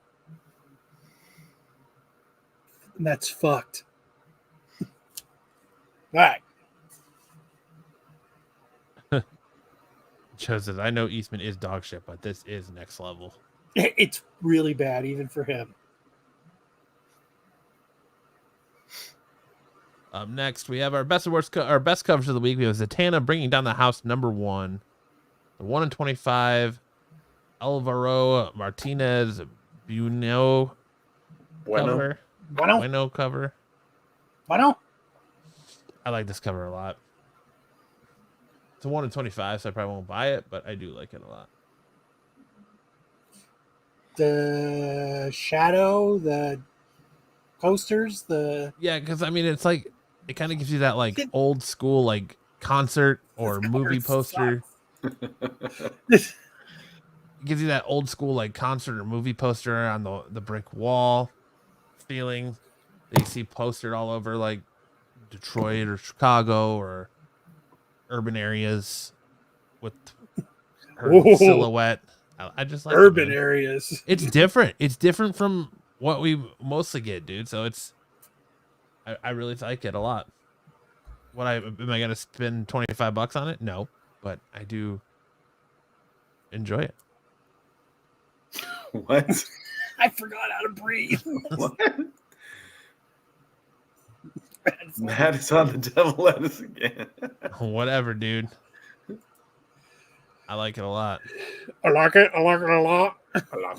Up next, we have Detective Comics 1086, 1 in 25, Sebastian Fura cardstock cover. I like this one a lot, too. The graffiti on the Batman statue.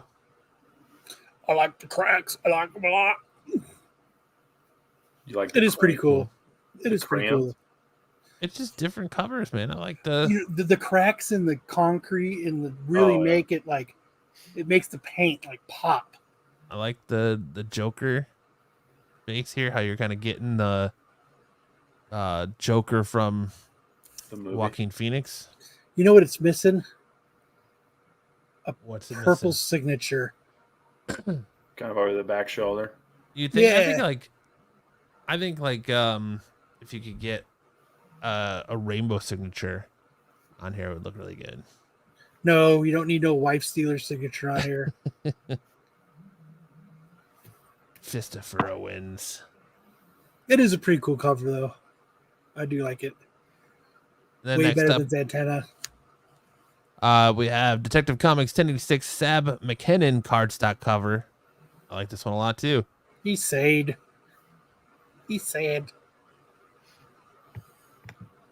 I like it because there's a bat in it. There's one bat flying, and it's not prominent. It's just kind of there. There's a little bit of depth of field going on with the trees that really makes the sad Batman pop. This is art, man. Dude, you know how cool it would be to have this in like a canvas framed and not just on a comic book? I think it would look sweet. I think it'd be cool as like a picture search like you had in the old Highlights magazine. Now you're just being ridiculous, Sam.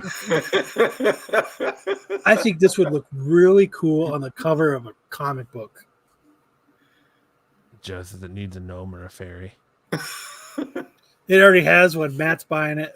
Yeah. Oh, boy. I'm going to buy it. I can't help that I like different art than your normal fucking superhero pose on a book. Find the comb. Tyson says it's straightforward and easy to see the meaning. It is. He's sad. Bad. Next up, we have X-Men Blood Hunt Magique, number 1 in 50.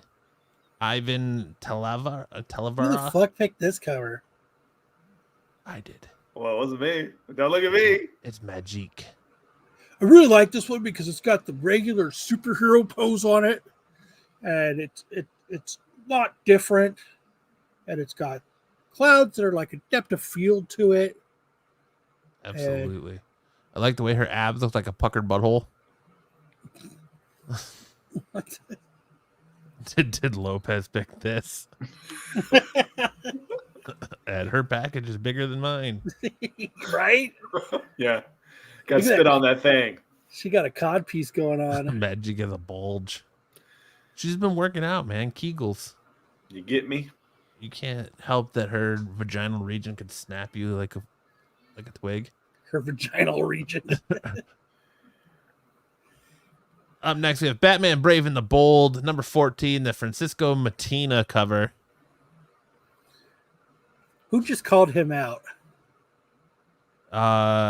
Yeah, someone called him out for using AI. Yeah. Francesco Matina. I like this one because it's got a fucking spaceship on it. Well, you know what this means? It means Batman is better than Star Trek. With a hand coming out. So what I really like about this is it's different. And it's like, this would look so cool on like a canvas on your wall. I want to know what you appreciate about covers. You fucking make fun of me for what I appreciate about these oddball covers. What do you appreciate about these covers? I appreciate he wants two things.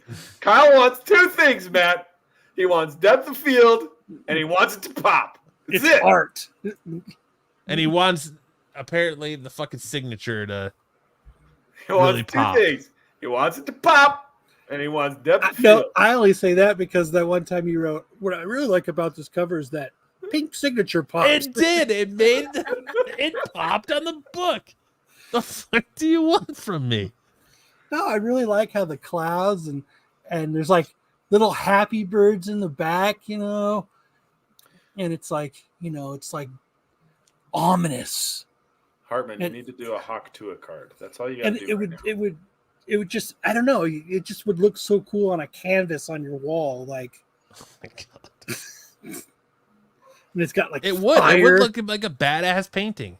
Welcome to Earth.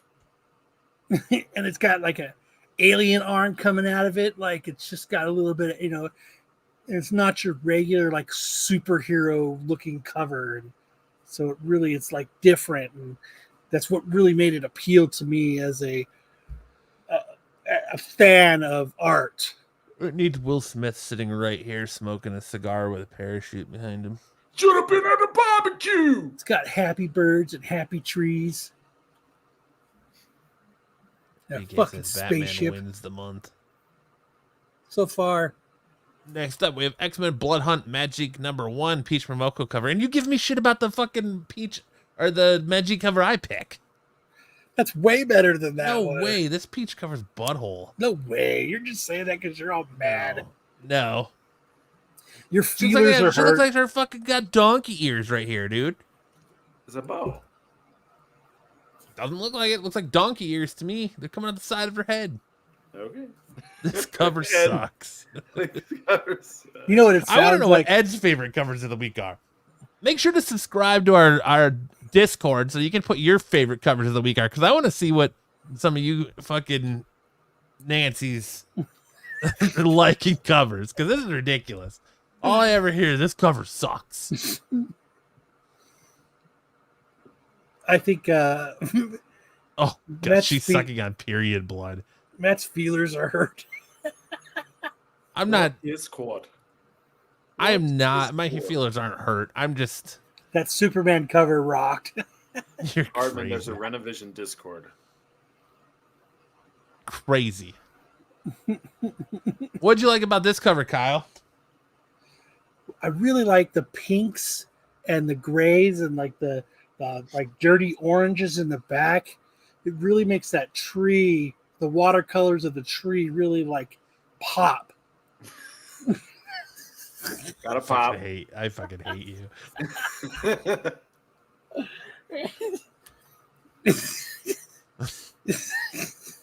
And you see your signature right here in red? It just pops. Now Sam can't see. He's gonna squint too hard. I'm 40. I can't read now. Gimp. He needs his glasses.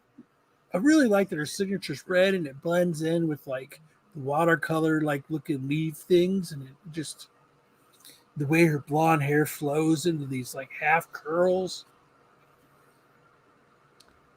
Kyle, stop being like that. Whatever you're doing, stop doing it. I did this for sticks. Fuck, I'm broken. He didn't freaking show up. And he didn't show up.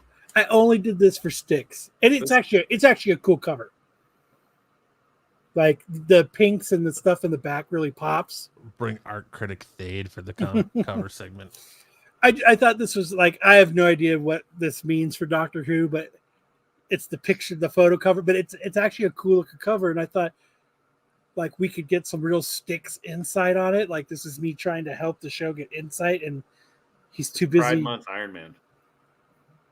He's too busy chaperoning proms to come on Saturday nights. Because all those proms that are going on at 10 o'clock at night. Or just not showing up. Or 11. It's almost, 11 there? Yeah. Just not showing up, too. Works for Sticks. I mean, I guess this... They're Cybermen. They're the Cybermen. Sticks is all about the qualified. Yes, he is, Tyson. Yeah, he don't miss that shit.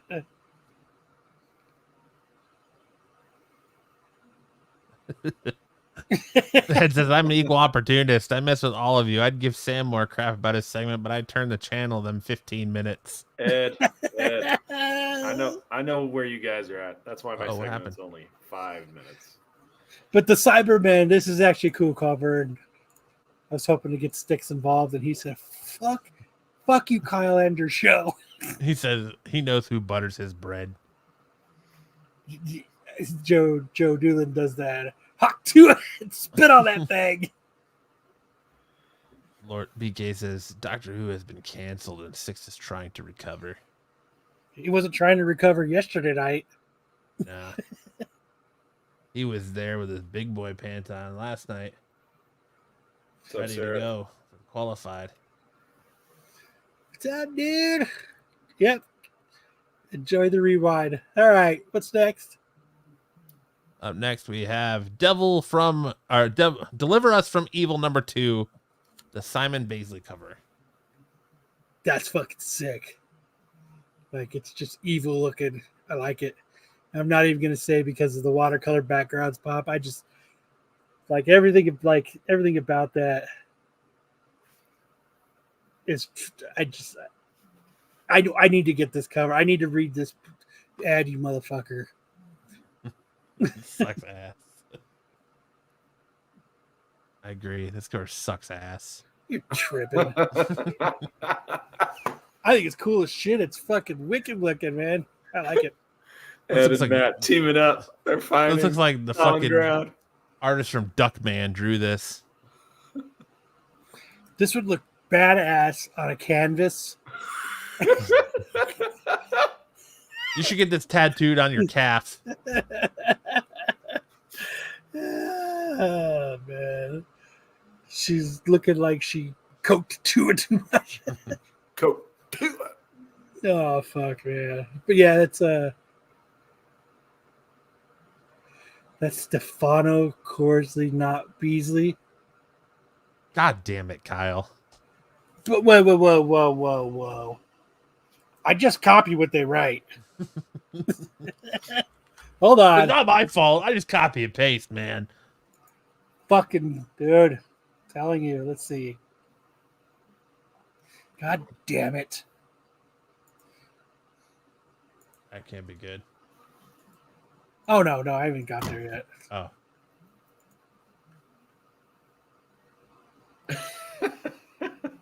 Kyle's going to show us. Oh, my gosh. This is Hartman. Hartman sent me this. Nice. Seahawk Dua. Let's see. Blood Moon. That's wonderful. Thank you, Hartman. Cave. Valiant. IDW. King Spot. Zenscope. Broadsword. Okay, wait, what? Simon Bisley. Suck it. Oh. Blood Moon Comics. Simon Bisley cover. How does that go again, Kyle? Suck it.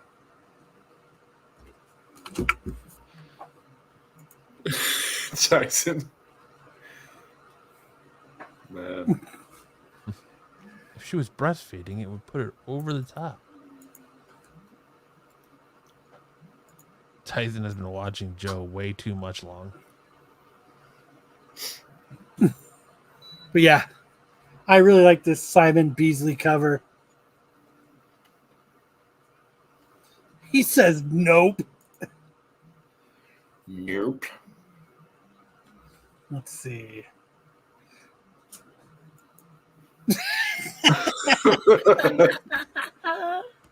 Whatever, dude. That's who it is. You can suck it.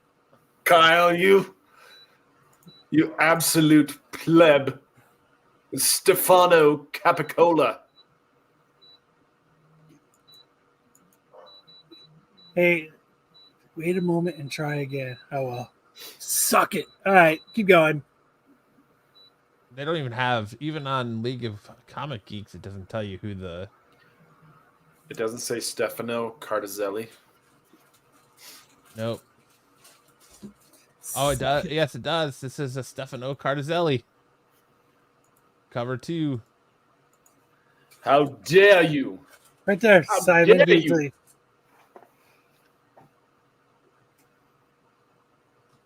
Main cover.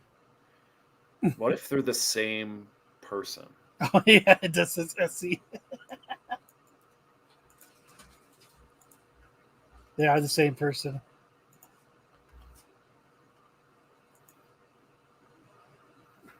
Anyways, up next, we have our Don't Mind Me, Just Ate Taco Bell cover of the week.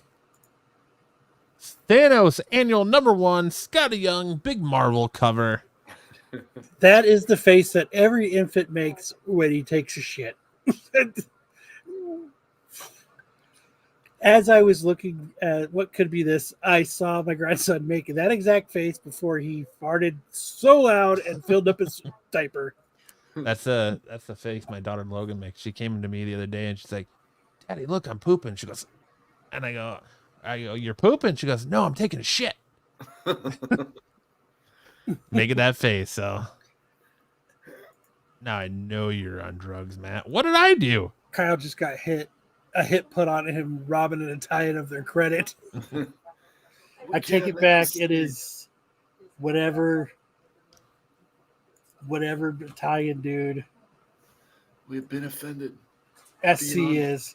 You could have had the Miller cover here as well, since it was a massive shit. Yeah, we talked about that.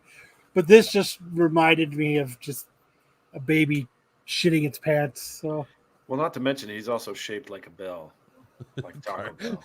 My dog pooped with a wobble, like a broken Sunday machine. Then we have our homage cover of the week. We have Harley Quinn #41, the Sweeney Boo cover. Not a bad cover, except for the face on Harley Quinn. Very Batman animated series feeling. Very cool cover. I'm going to email Fresh Comics right now and tell them they shit the bed. No, because Den of Comic Geeks has it listed the same way. So,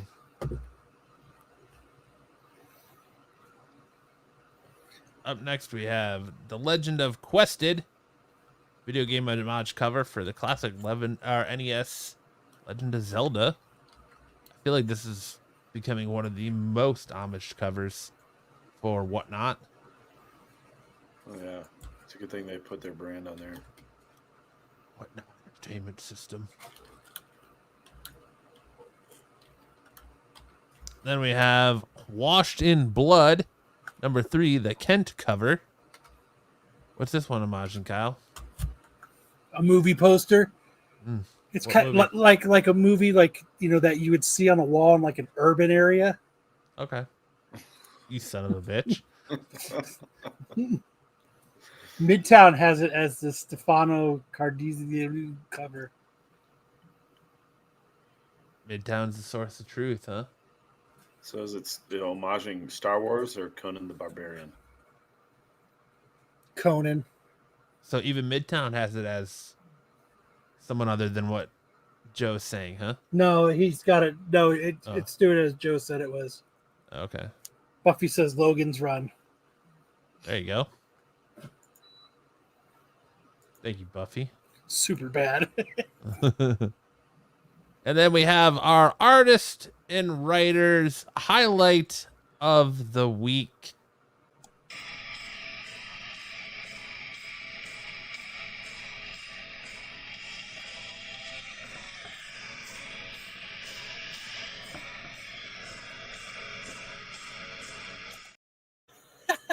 I just like to play it and watch Kyle chuckle at the bottom.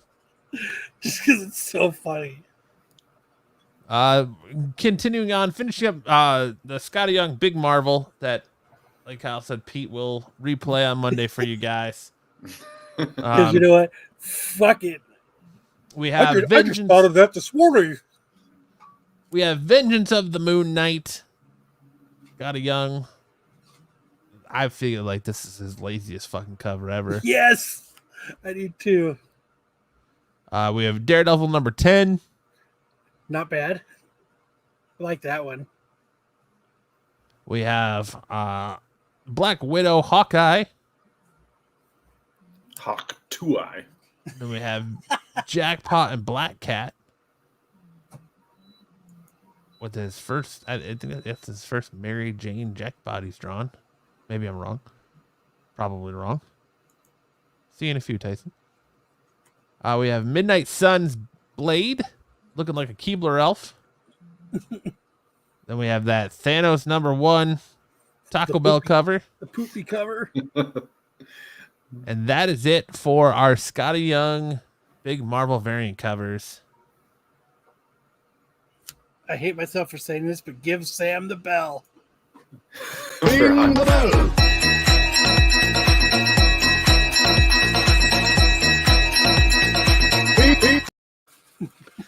It's low-hanging fruit tonight. That's why we do the warm-up. Kind of sets the stage for all the jokes of the evening.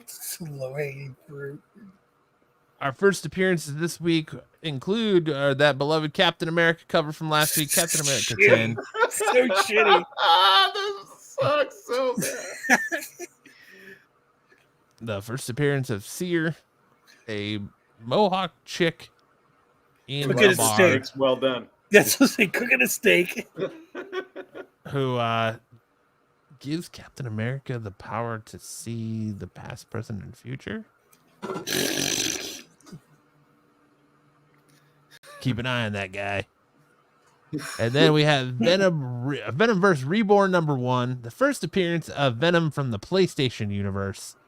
So it is there is the Venom for Harry Osborn Venom from the PS2, or not PS2, but from Spider-Man 2 on PlayStation 5 or 4. 5 gets pulled into the Venomverse, and he has a nice conversation with Null. So there you go. If you want the first appearance of the PlayStation Venom, make sure to pick up Venomverse Reborn number 1. Number 4 on the Hot 10.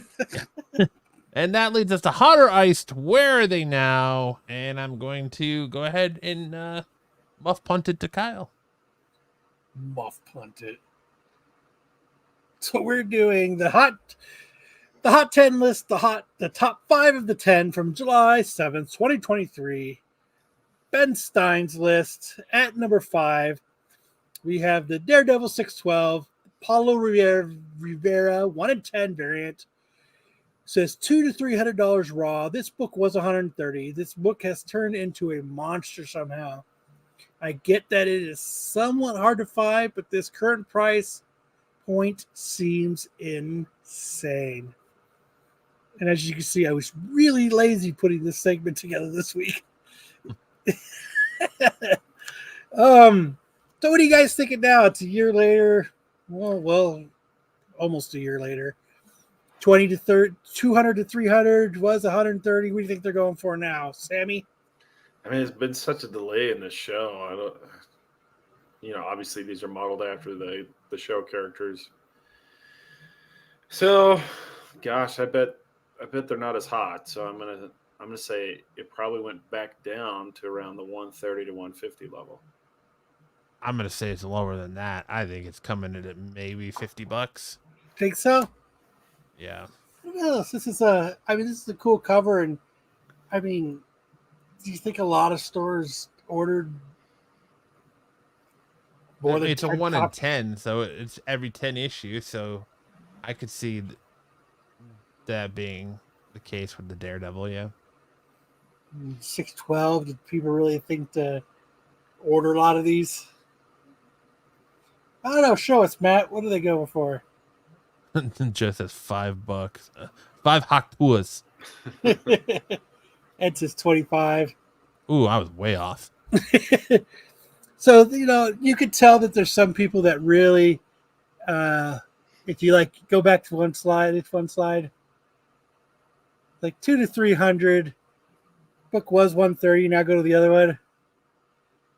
You can tell people try to stick pretty close to what Stein had for that price, still even today. But you can see that they are going anywhere from $95 to $200. I mean, I think the most recent sale was like June 9th, though, at $140, but yeah, it's not bad. No, so we have 149 total recorded sales. Highest known value was the CGC 9.8, sold on March 13th, 2023. If it was from March 13th, it must have been a pre-sale for $880 fucking dollars. Jesus Christ. You could go buy a low grade fucking ASM 129 or something for that much. We got. You mean one of these? Lower grade than that. Lower than a 6.5. You got a near mint raw sell for $259 on 3/13/24.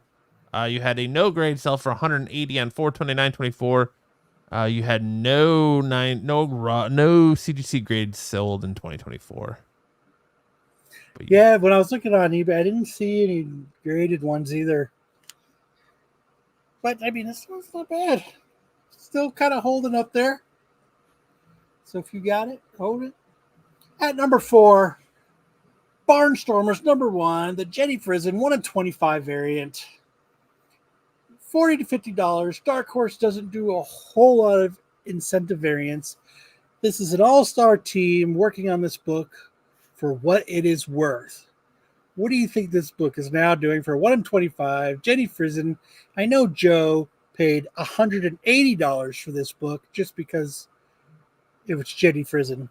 Jesus. No, I don't know. He did it, but it just sounds funny. I would say it's gonna probably still either be like 25. I'll say 25 to 50. 25 to 50. Yeah, just cover all my bases. Yeah, I'm reading so wrong about the last one. I'm I think it's going to be anywhere between $1 and $50. There you go. I'll say 25. I'll go with 25. I was going to go with 25. I haven't heard much about this. It looks like Jennifer Connelly on the cover, though. Kyle, a little bit. You don't have a stack of these. I do, but they're all stuck together. Is this related to the Rocketeer or something? No, that was Adam Hughes. This was something with Amelia Earhart, wasn't it? I feel like nobody gives a shit. No, I'm just joking. Right. I don't know what it's about. I'm gonna say 20. I'm gonna say 25 to 35. I'm just gonna go ahead and do this for the rest of the show.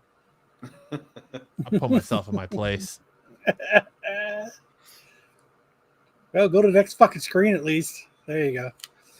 So there was only one right now at eBay for $50, and the last 2 sales are.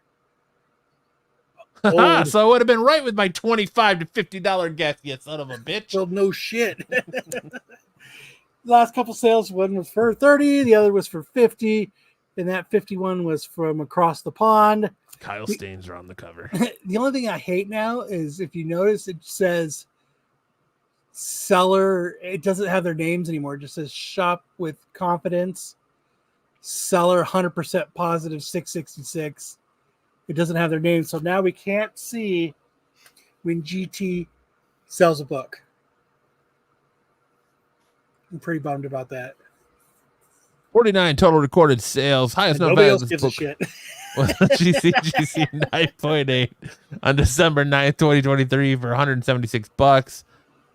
Yeah, we had a near mint sell for $30 on 4/16/24, a very fine raw sell for $18 on 3/3/24, and then a no grade sell for $56 on 1/14/24. No CGC sales. Nice. Here, hold on there. Who am I? Nice. I'm not texting. I have not texted once. No. I was just saying, who am I? I know where you're going. Know where you're going.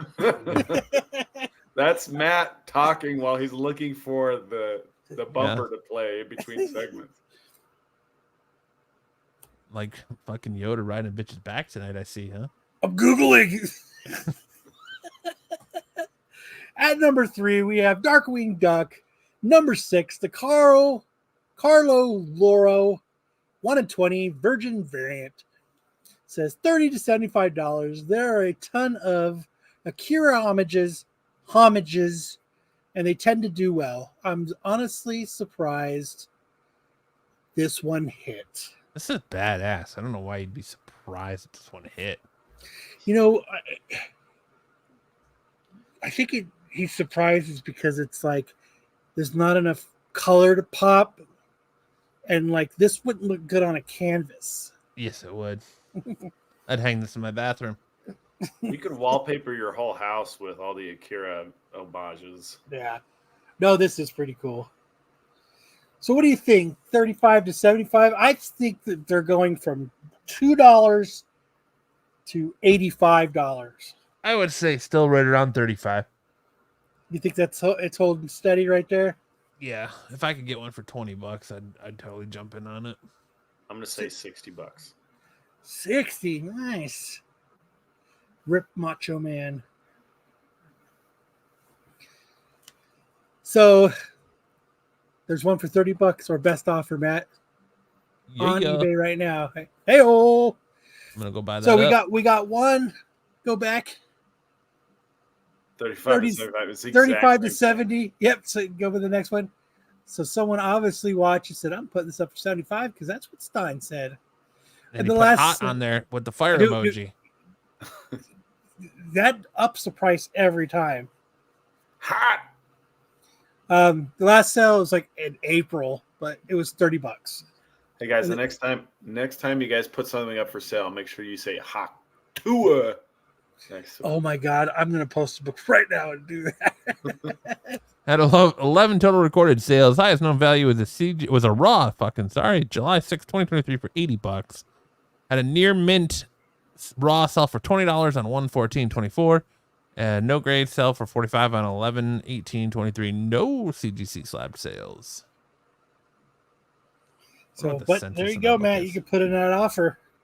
Fuck yeah! There's only a couple of the Virgin ones on eBay, as you can see. Do that after the show. Yeah, right. Yeah, you better hustle, man. You better hawk Tua. Too late. Tyson already texted me. He got it.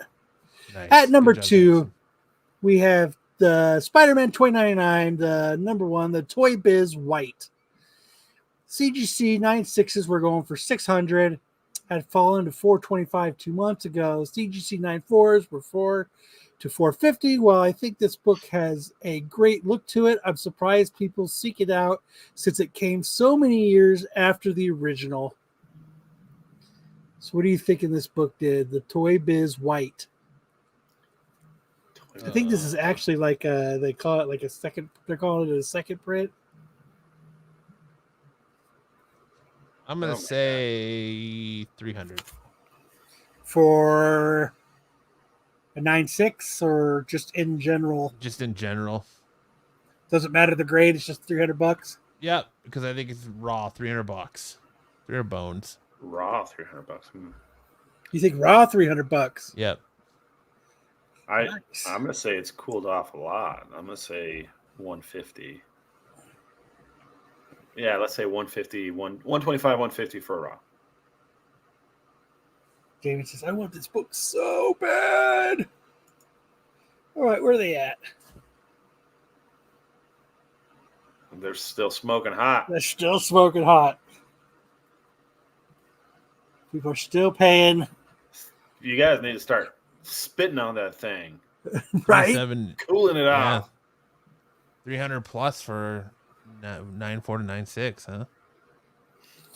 There's not very many 9.6s. Most of them on there are like 9.4s, 9.2s. Probably because of the white. It's probably hard to get a 9.8 in the white. Yeah. But if you want to get it, you're gonna have to pay. Yeah, exactly. Sheesh! I gotta wait longer. Yes, sir. You got to wait. So 293 total recorded sales. Highest known value was a CGC 9.8 on December 6, 2021 for $2,500. You had a near mint raw sell for $81 on 5/5 of 24. You had a no grade sell for $81 on 5/15 of 24. If there's anyone in the chat, look up how many of these are on the CGC census at a 9.8. If anybody has access to that. 9.8, $1,300 on 5.5 of 24, 9.6 for 4.10 sold on 5.19.24, and a 9.4 for 322 on 5.25 of 24. Damien, do you want it $1,300 bad? And 8.0 sold for 225 on 4.22.24. Cardi says 5, give or take. 5 / give or take a lot. So, all right. Number 1. At Sam. Fuck no. At number 1, we have the Extreme Venomverse number 4, the Takashi Orzaki 1 in 25 variant. $100. Well, this being live was unexpected. Such an odd cover, but first appearances. I mean, he wrote it was number 1 last week too. So yeah. So so you already know the prices. The real question is, how much did you pick up yours for, Kyle? Okay, go to the next slide. One of these is mine. I'm gonna say it's the $41. You gonna show us the book?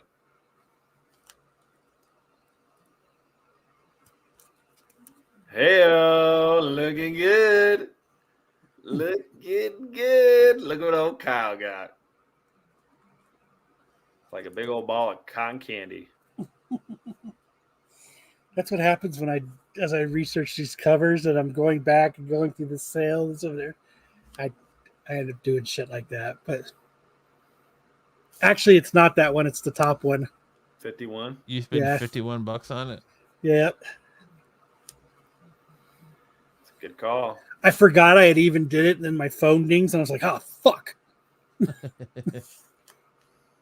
Damn, I was kind of hoping that that site that Styx uses for Time Tunnel would show me the census for CGC for that Spider-Man 2099 book, but it doesn't. I mean, all you got to do is just log into your CGC account. All right, let me do that. Right here. Thank you, Joe. It says there's 18 9.8s, 55 9.6s for that Spidey 29. Good job, Thank you, Joe. I appreciate that. 64 9.4s. So that's why they're going for so much. God damn it. So, yeah. Exactly. $51 in a reach around. Nice. So, yeah, highest known value on that Venomverse book was CGC 9.8 on July 11th, 2023 for $400. Sales around this 614.24 for 132, 523.24 for 82. Couple raws for 76 on 6.6 of 24, and then one no grade on 614.24 for $60. And now we stick with Kyle for pick the better song. Which is better? So I killed Spitterack because 2 reasons. I'll let everybody know. First off, there wasn't a lot of discussion that we had with it. It was kind of something we burnt through. And for some reason, half the time people they didn't know what they were voting on. Like Anarchy won for, and all it says under it is Detective Comics. So like people didn't even know what they were people didn't even know what they were voting for. And it's like week after week, it's like that. You know. And it's like, I forgot what it was about. So like, let me share my screen real quick. So he just says Tales from the Spinnerack, Detective Comics. So you don't even know why they're voting for the first Anarchy. Like they know. The real ones know. So did they vote this as the worst villain, or So I just said, you know what? Let's try something else. The real ones know. The real ones know. Yeah. So what I thought would be kind of fun, I was thinking about it last night. And so this is how I went about it. So like, growing up, even till today, like they go, this band's new album's coming out. Here's the debut single for it. And sometimes you go, oh, that's crap. But sometimes you go, holy shit, that's badass. And that feeling when you get to hear that, the beginning of that debut new album song, like, shut the fuck up, Ed. Get it, Kyle. And that's what I'm kind of doing with this. Is I'm gonna. There's even links on it, Matt, that you can pick. Oh shit! Damn, you were just babbling. Hold on. Ring the bell. Ring the bell. Ring the bell. Ring the bell. Give it to him one more time. I'm just punishing him. Ring the bell.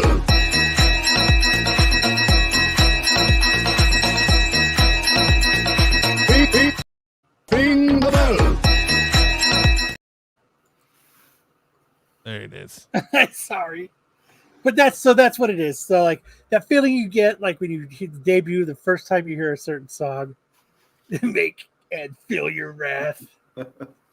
So what I did this week, and I'm going to do different genres, different everything. And now I'm just going to keep babbling. So this week I'm doing Enter Sandman versus Pantera, the song Cowboys from Hell.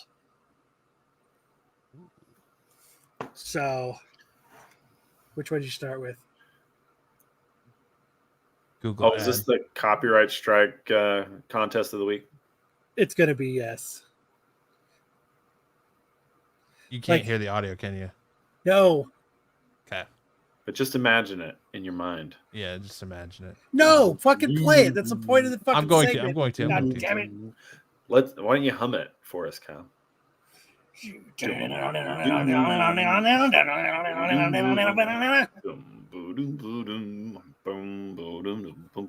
on, I didn't mean to cut. Hold on, I'm trying to get it to fucking. But that is like, you know what I'm talking about? Hey, they're debuting this new album. Here's the debut song with the new album. You're like, and it just gives you like douche chills. We should have named this segment Copyright Strike of the Week. No, don't fast forward to it. The point is that beginning of. You said to stop. Oh, I can't hear. It's so fucking loud in my ears. So that's Cowboys from Hell. Enter Sandman doesn't seem to have one. Down. Down? Oh.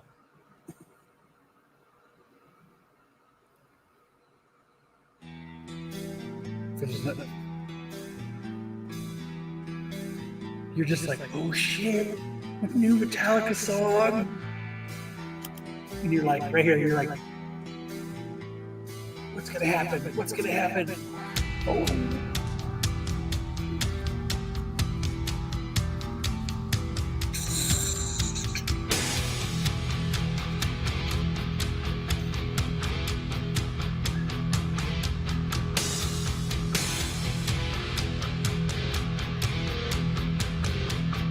But that's just like, stop. I'm tired of hearing it echo. Get rid of that shit. Sleep with your brown eye open. I love this segment, honestly. For me, dude, it's got to be Metallica or Sandman. As much as I like Pantera, this was my first album I ever bought that was ever bought for me. Like the first album I ever owned was the Black Album. And there's just something about that Enter Sandman song and the video, seeing it when I was a kid, just really still hits home with me. So it's Enter Sandman all the way for me. But you hear that opening? Why are you still echoing? Why am I still echoing? Who's echoing? Hold on. I don't like to echo. Let me get rid of the screen share and try and share it again. But yeah, it's like, I don't know, but there. Like that Cowboys from Hell, just hearing that. But I have to say the same thing. Like Metallica for me too. Like this is like this was junior high for me, and like this was like the ultimate. Like my first album was Twisted Sister, and I actually got it was actually a record. Nice. That's how old I am. Like my dad's a huge metal guy, so he had like huge collection of fucking CDs that I always go for. But the first album that was ever my own was the Black Album. We leave CDs out when this fucking came out. But they had the CD of the Black Album. Not when it came out. Maybe not when it came out, but that's the first CD I ever owned was of the Black Album. I'd listen. This is like one of the first albums I could listen to front and back too, like from start to finish without skipping any song. Ride the Lightning was good. Can't really say that about Metallica anymore, unfortunately. It's still good. I used to fuck that Metallica song up on Guitar Hero. But no, I just think it's a hard, like, I was discussing this with my son. It's a hard pick. Like, it really is. I got this off Napster. Hell yeah. Like, I was, like, so excited when this came out. My first album was In Excess. Dude, In Excess is one of the best songs ever. But, so this is what I'm going to do. I'm going to try this for a while. I'm going to pick two different, different genres. I'm going to, it's just going to be shit I like because I don't really give a fuck. It's all going to be music that I like. It's badass though.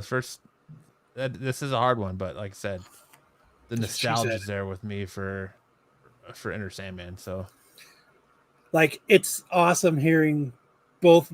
Like it was when I was younger, hearing Metallica play Enter Sandman live, but it was so cool listening to Pantera do Cowboys from Hell live. Like, there's just something about like it gets you pumped up, but so does the opening of Metallica. So I don't know. We'll see if Pete fucks up the polls for this one, or if Matt completely forgets what it is too, and we don't tell Pete. And I actually think it more when you go Pantera, like I think Cemetery Gates is a more like the opening to Cemetery Gates is more of a pump up song than Cowboys for Hell for me personally. What? Nothing. I'm just saying. Hey, put on the opening to Cemetery Gates. You want me to put on the opening to Cemetery Gates? Yeah. Let's see. Dude, I would love to have seen In Excess back in the day. That would be awesome. And Midnight Oil, actually. Tyson says, Enter Sandman. I got to stop sharing and reshare with the audio.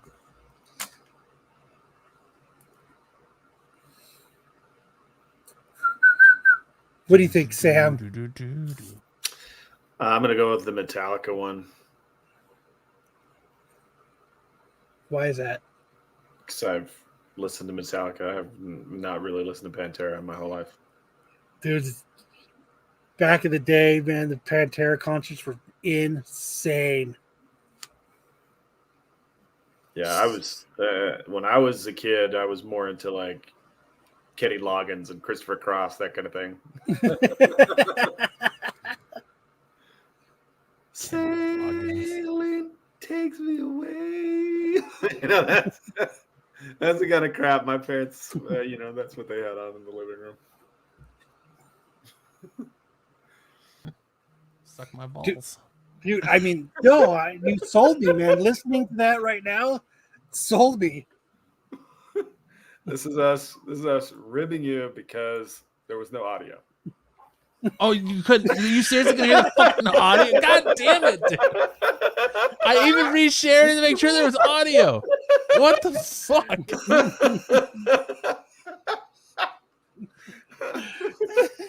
I hate you both. Oh, but also, what I know Cemetery Gates is cool too, but what I'm going for is the debut song from the albums. I got you. Cemetery Gates was like the third song that they put out. Try it again.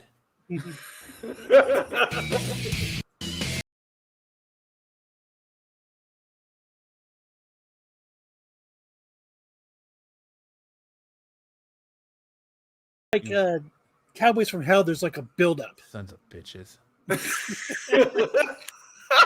are you mad at us? Why are you mad at us? We gotta fill the dead air with something, man. We're like, yeah. You sons of bitches. So that's what to go vote. That'll be up. We're just doing our jobs, Matt. Jeez Louise. Was that Douche Chills by Matt and the SNS crew? Yeah. I like the other Pantera song, Douche Matt. That's all right. But I'm trying to do the debut single that they come out with. That's kind of the point of this. All right, write it down. Don't blame me. Make sure to share it to Pete so he knows what's going on. Share your segments with Pete. Don't blame me. Is that discount, Matt? Yeah, you can't. I guess you can't go wrong with pick the better song. See, you need to change it to pick the better debut song off the album. I couldn't steal an image off of Google that said that, or I would have. Right. You John Wayne Gacy looking douche, man. I can see it. All right, so there's that new little segment I thought would be fun to discuss. Keep it going with Movie Wars. But wait, there's more.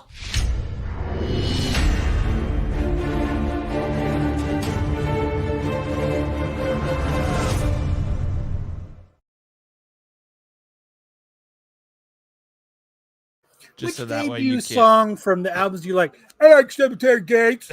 Hey, I do. No, I was just saying, I feel like the pump up to that song, it gets me more pumped than. There's more of a build up to. But. Yeah, I just like to get to the old, just get to it. You know, let's just get to it. Song? Cemetery Gates. I Listen, Cemetery Gates. I'm just gonna. That song really pops for Matt.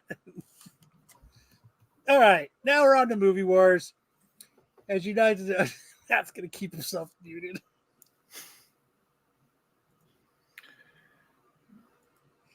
You know what happens when people do shit like this? We were doing Will Ferrell movies, and last week it was Talladega Nights versus Step Brothers, and this blows my mind. I mean, here's the thing. It wasn't up for very long, right? 8 hours. So, well, we'll see what it's at now. It used to be. It's at 76%. It's winning by more now. When we used to post these, it would be posted on like Wednesday or Thursday. And now they're posted like the day of. It's getting really hard to get Pete to do stuff. That's why we didn't do the variant cover of the week segment, because Pete doesn't want to do it anymore. He's like, it's too much work for me. Yeah, that's what he said. He was like, variant heat check. He wants to go. It's so much work for him now that he said, I'm going to turn your worst cover segment into an article, and I'm going to go back. I'm going to go. No, he's not going to steal it. He's like, I'm going to turn your worst segment, your worst cover segment into an article, and I'm just going to go back and listen to what you said about the covers and use that in my article. It's just going to be. But I'm going to stop. Going, pops, depth of field, pops. Yep. No pops, no depth of field, no pops, no Superman But I'm going to take away. I'm going to stop doing the variant heat check so that I can take your worst cover segment. Yeah. You guys are going to start doing my work for me. Oh, my God. That's so funny. Ain't that always the way? But I think Talladega Nights is the better movie. A purple signature would make it pop. I was watching Talladega Nights the other day. Ricky Booby. I still think Step Brothers is better.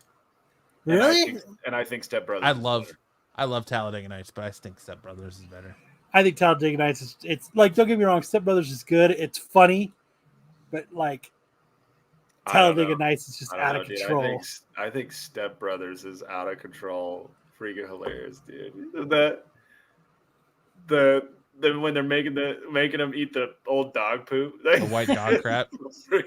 I got a belly full of white dog crap. You're gonna drop this shit on me? He puts his nuts on the drum set. Sticks and stones may break my bones, but you can lick my balls, Gerdonkey.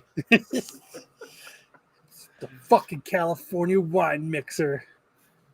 Oh my gosh, it's too funny. Catalina, I think that's right. Yeah, Catalina wine mixer.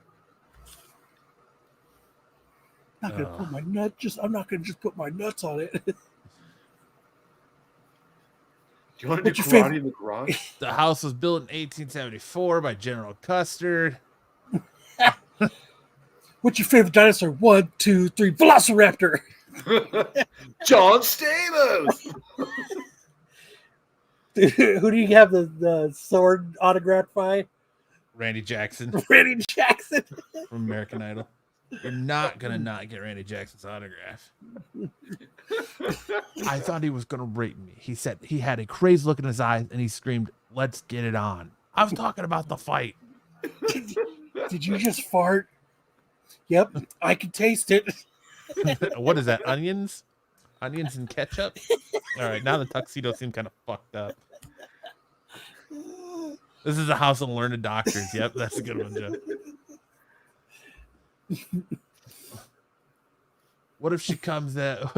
What if she sees me naked and I'm just out of the shower and I'm looking hot and she's like, I had the old bull and now I want the young calf.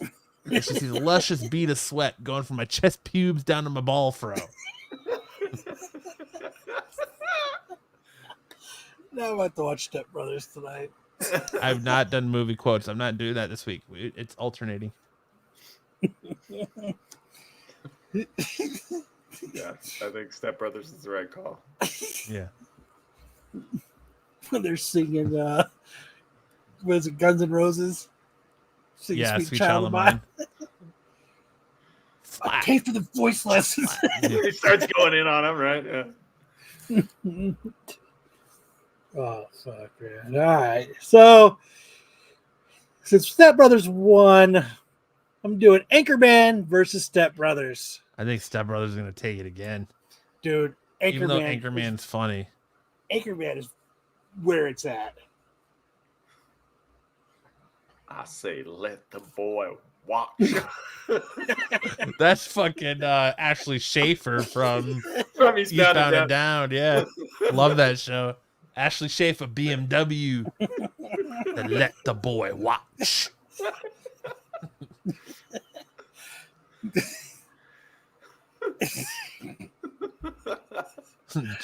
They all fight, dude. Yeah. Shit's so funny. Fucking news, the Anchorman fights. I'm not feeling in my plums. Yeah. I don't know why we are yelling. Yeah, I think this is going to be. I think this might be a lot closer than Talladega Nights and Step Brothers is. Feeling in my plums.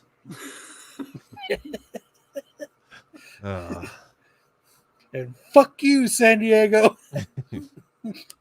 Go fuck yourself. That's right. Go fuck yourself. That means whale's vagina. This burrito is delicious, but it is filling.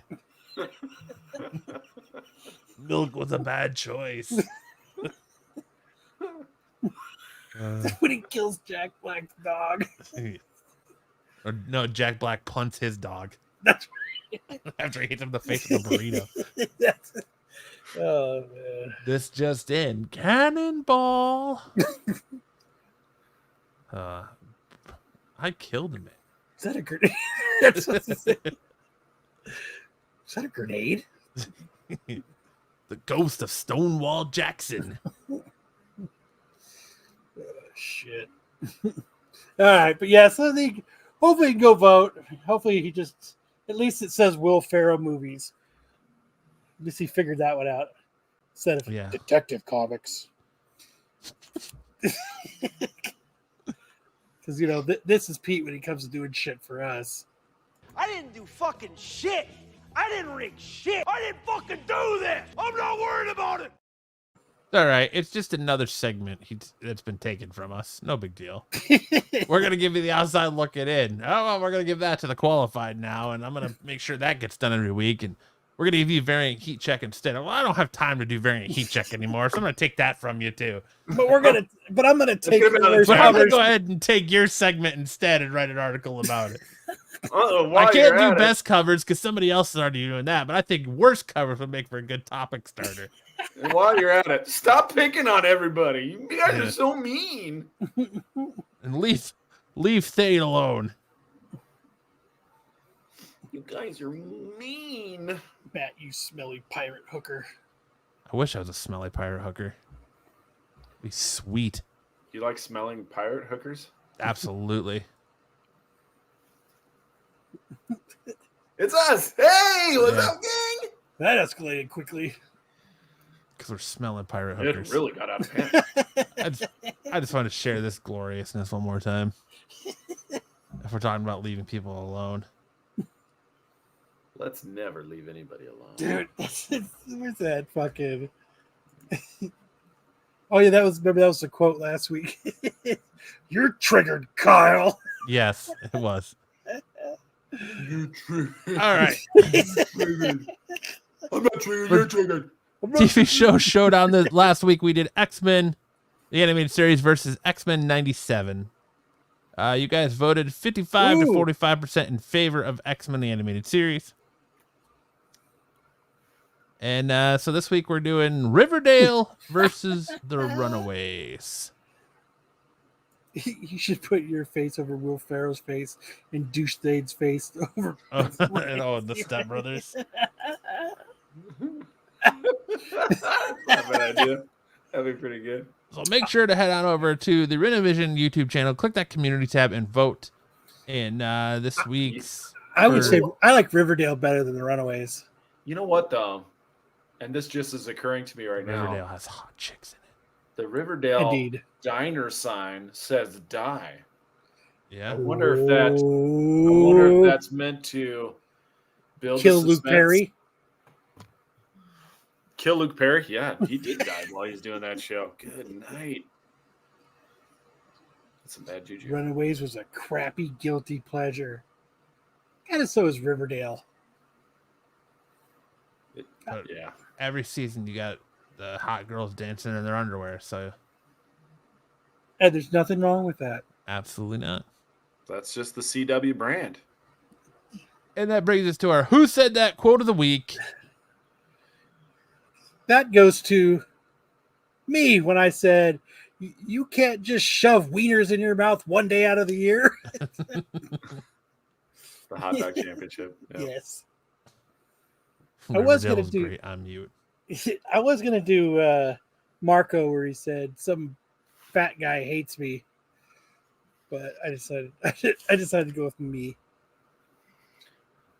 Well, you know, when you run the show, you get to quote yourself as much as you want. I don't run shit. Now it's time for everyone's favorite game.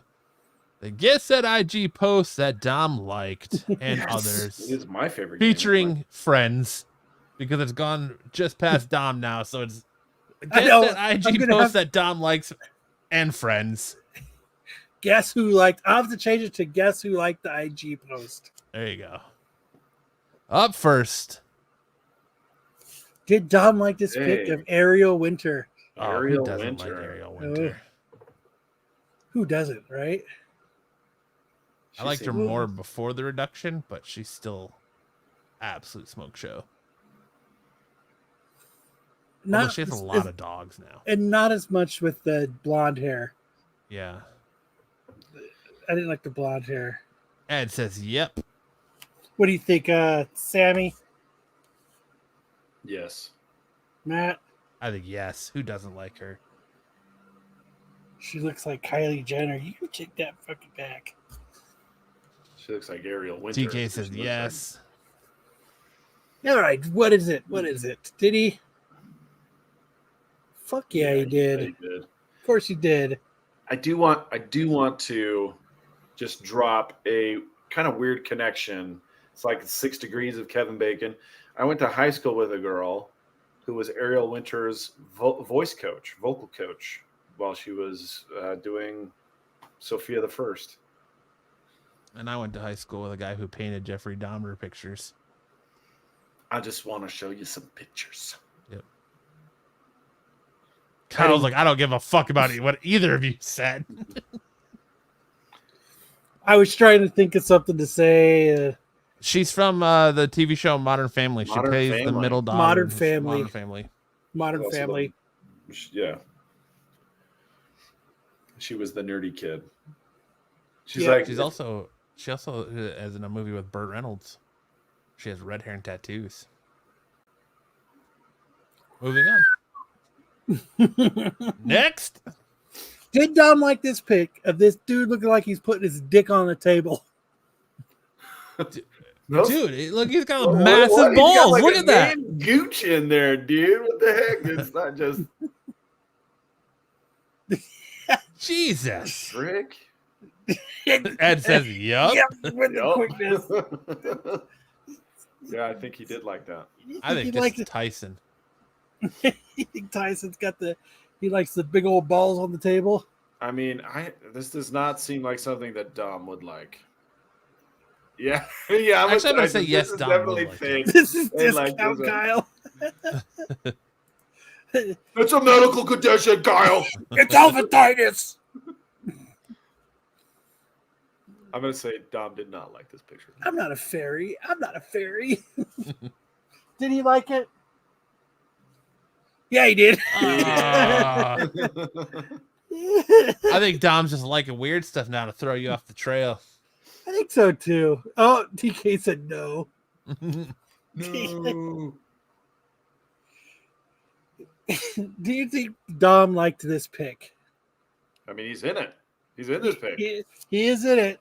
He's going to be upset because his face is being crudely used. I know His face is being strategically used. It is being strategically used. Tyson said, I did.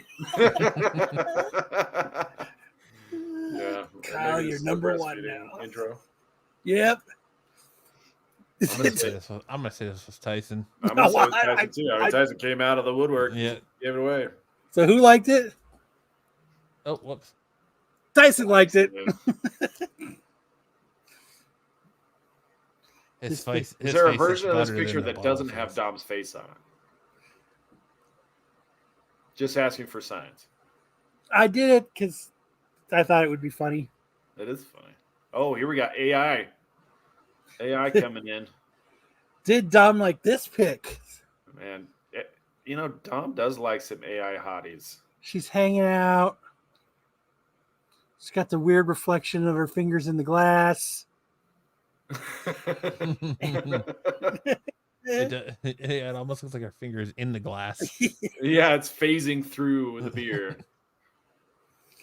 It looks like she's at a nice, somewhere in Europe, hanging out, enjoying a nice cloudy day with a glass of wine. And a deep, deep V. And the deep V. The deepest of V's. Doesn't get any deeper than that V. I'm going to say no. Yes. Yes. Tyson says yes. Dom likes AI hotties too. He doesn't discriminate against AI hotties. He probably doesn't know there's a difference. Wait, that's not real? Whoa, you telling me that's not a real woman? It's on Instagram. They're not legally allowed to do that. You know that, right? Did she borrow that shirt from Marco? She did. Hold on, that gets the bell. The bell. Ring the bell. Now, hey, man, that gets the hot two of the night. You got to spit on that thing. Way to go, man. Way to go, Joe. I don't discriminate. So, did he like it? Fucking nobody did. Oh, that's a shame. Hot gal Georgia deserves a little bit more than that. Yeah. And look at all the fingers she's bringing to the table. All 18 of them.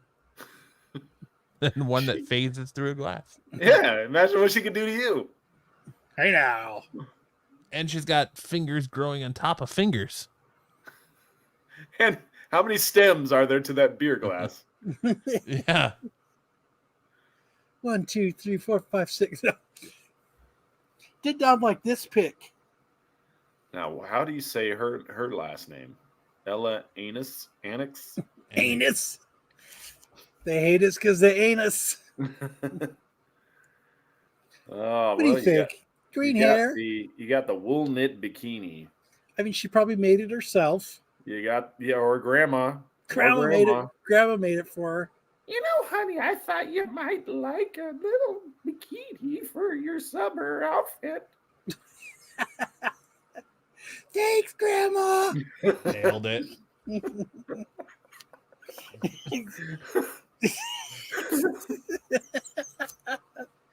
Tyson says yes. And then she's got the green hair. We know Dom likes green hair, of course. Damien says, who else is wishing for a nip slip?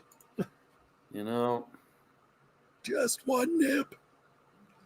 I'm gonna say yes. I'm gonna say yes too.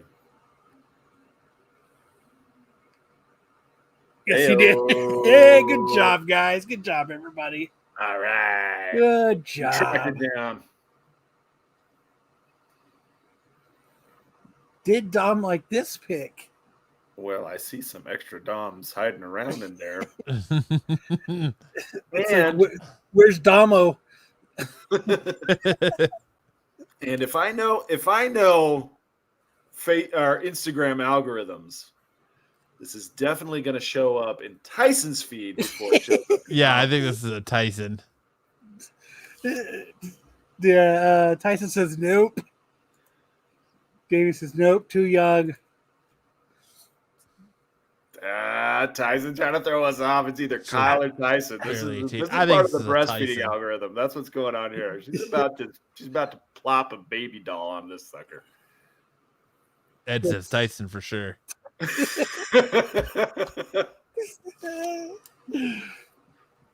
Let's see, who is it? Tyson. He tried to throw us off the scent. Yep. He tried to be sneaky. We know. These are strategically placed Doms, though. Yes, they are.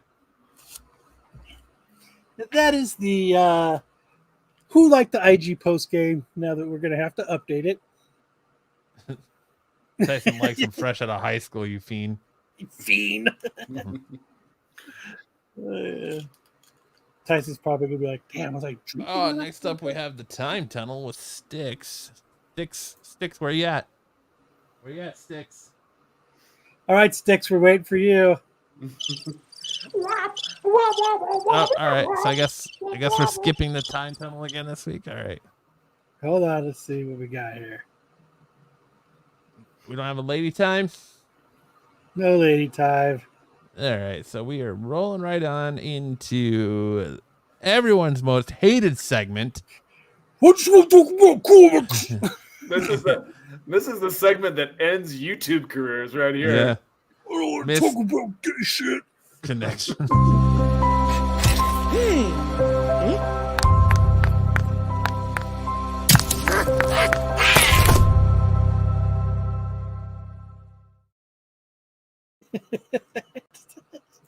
I like those milkers. Yeah, you do. Up first. Maricopa Walmart Saturday AM. This is Solo Wookie. You, a woman with burn it down t-shirt and Batman shorts. Me, there's no one else like me in that store. Let's put it that way. We locked eyes a couple of times. That was totally Wookie, man. That's so Wookie, 100%. That's him, 100%. There was no one else like me in that store. Let's put it that way. We locked eyes a couple of times. Definitely solo Wookiee. I thought of that. Like, I was like, oh, God, I don't know if he's going to be watching this late in the show, but I hope he is. But, yeah, that's definitely solo Wookiee. That's him, 100%, dude. That had all over it. Burn it down, t-shirt, Batman shorts. Me. There's no one else like me in that store. Let's put it that way. I'm your Huckleberry. We locked eyes a couple of times. Oh, jeez. So if you want to respond to Solo Wookiee.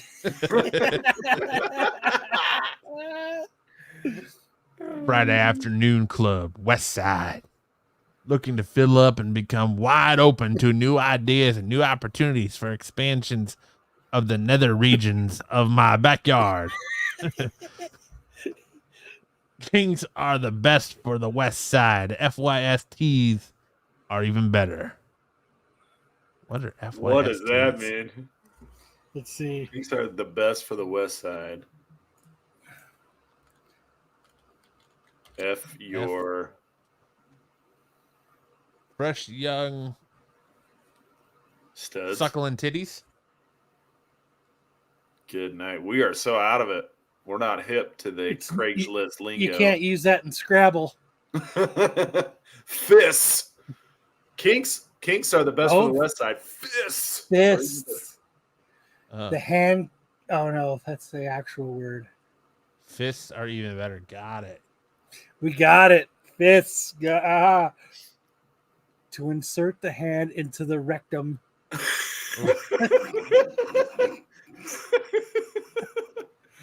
Yeah, a silent emission of wind through the anus. Yeah, this sounds painful. That sounds real painful. Or it stands for fight your speeding tickets. There you go. The way he spelled kinks leads me to believe he meant fists. This is why Styx isn't here. He's up with the kids lingo. Yeah, we all got to learn the hard way somehow. White guy looking for big black friend. 1 pound. LB. What is LB? Long Beach. Long Beach, okay. Looking for a big top that's wanting nice peach. Long Birch is where he serves his peach.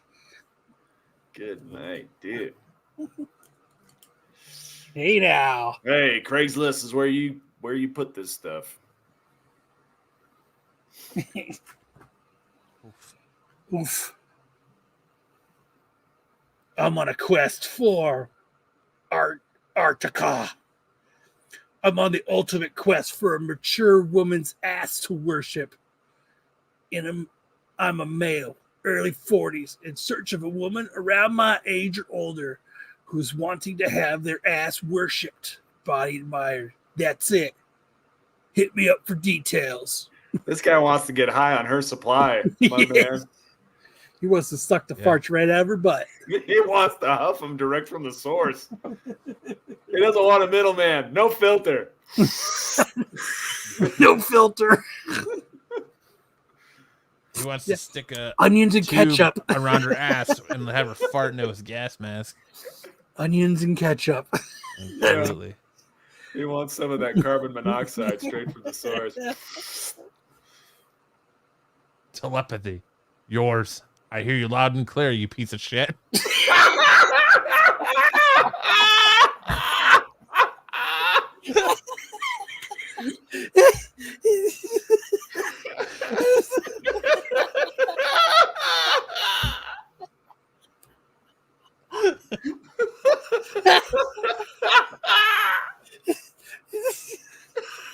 Dude, I saw that when I was like, that's the best one I've ever had.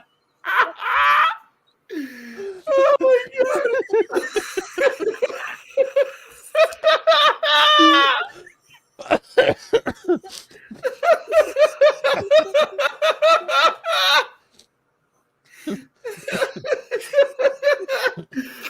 That was so awesome. Let's put that in a frame. That'll go right next to your Batman cover. Yeah, that'll be so great on a canvas.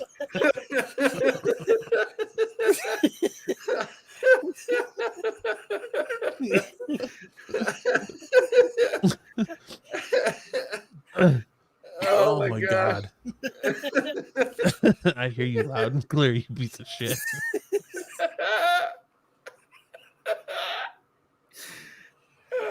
Oh, so awesome. Okay. All right, let me get a hold of myself. Need help? At the town pump in River Rock, looking to help guys relax and release. Willing to help multiple at once. Pieces of shit. I hear you now, too, you pieces of shit. We should just ended it with that one. Oh my gosh. Let's go back. Let's go back one more time. I can't keep composure. Go back to last. Is that the best one? Telepathy, yours. I hear you loud and clear, you pieces of shit. Oh man, so awesome. Oh man. Then Tyson, all it needs is a purple signature and it'll pop.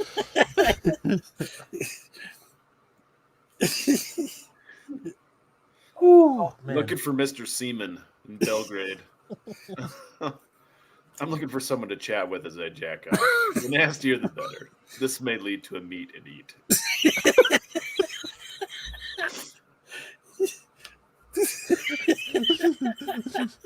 The quality of your dirty talk might lead to a meet and eat. The nastier, the better. Oh my god. This is why that telepathy one exists. He's like, I hear you loud and clear, you pieces of shit.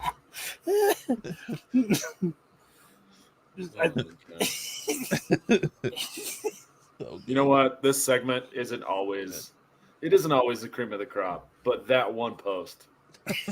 It won tonight. That one post. Oh man, it made it all worth it. Oh, and that's it. Just leave it on this one. I'd like to thank everybody for hanging out with us for the last 3 hours. Remember to check out tomorrow night is the Star Wars show with Fade and Mr. V-Neck himself. Remember to check out make sure to check out Pete's shorts of the segment he did, and make sure to check out the CBSI page when he takes our worst covers article. It makes it into an article, which leads into the tax show on Wednesdays, which goes to Friday nights, which is CBSI Hot 10, which leads into the Qualified as they do their outside looking in, which brings us back to Saturday nights. And I hear you loud and clear, you pieces of shit. Dude, we got to get AI to read that in Steve Englehart's voice. So you guys all have a great rest of your weekend. Hartman, the call goes out. Can you make it so we get that last disconnection right in Steve Englehart? Give it to us one more time before we leave, Kyle. I hear you loud and clear, you pieces of shit. Either you've got me confused with somebody else, or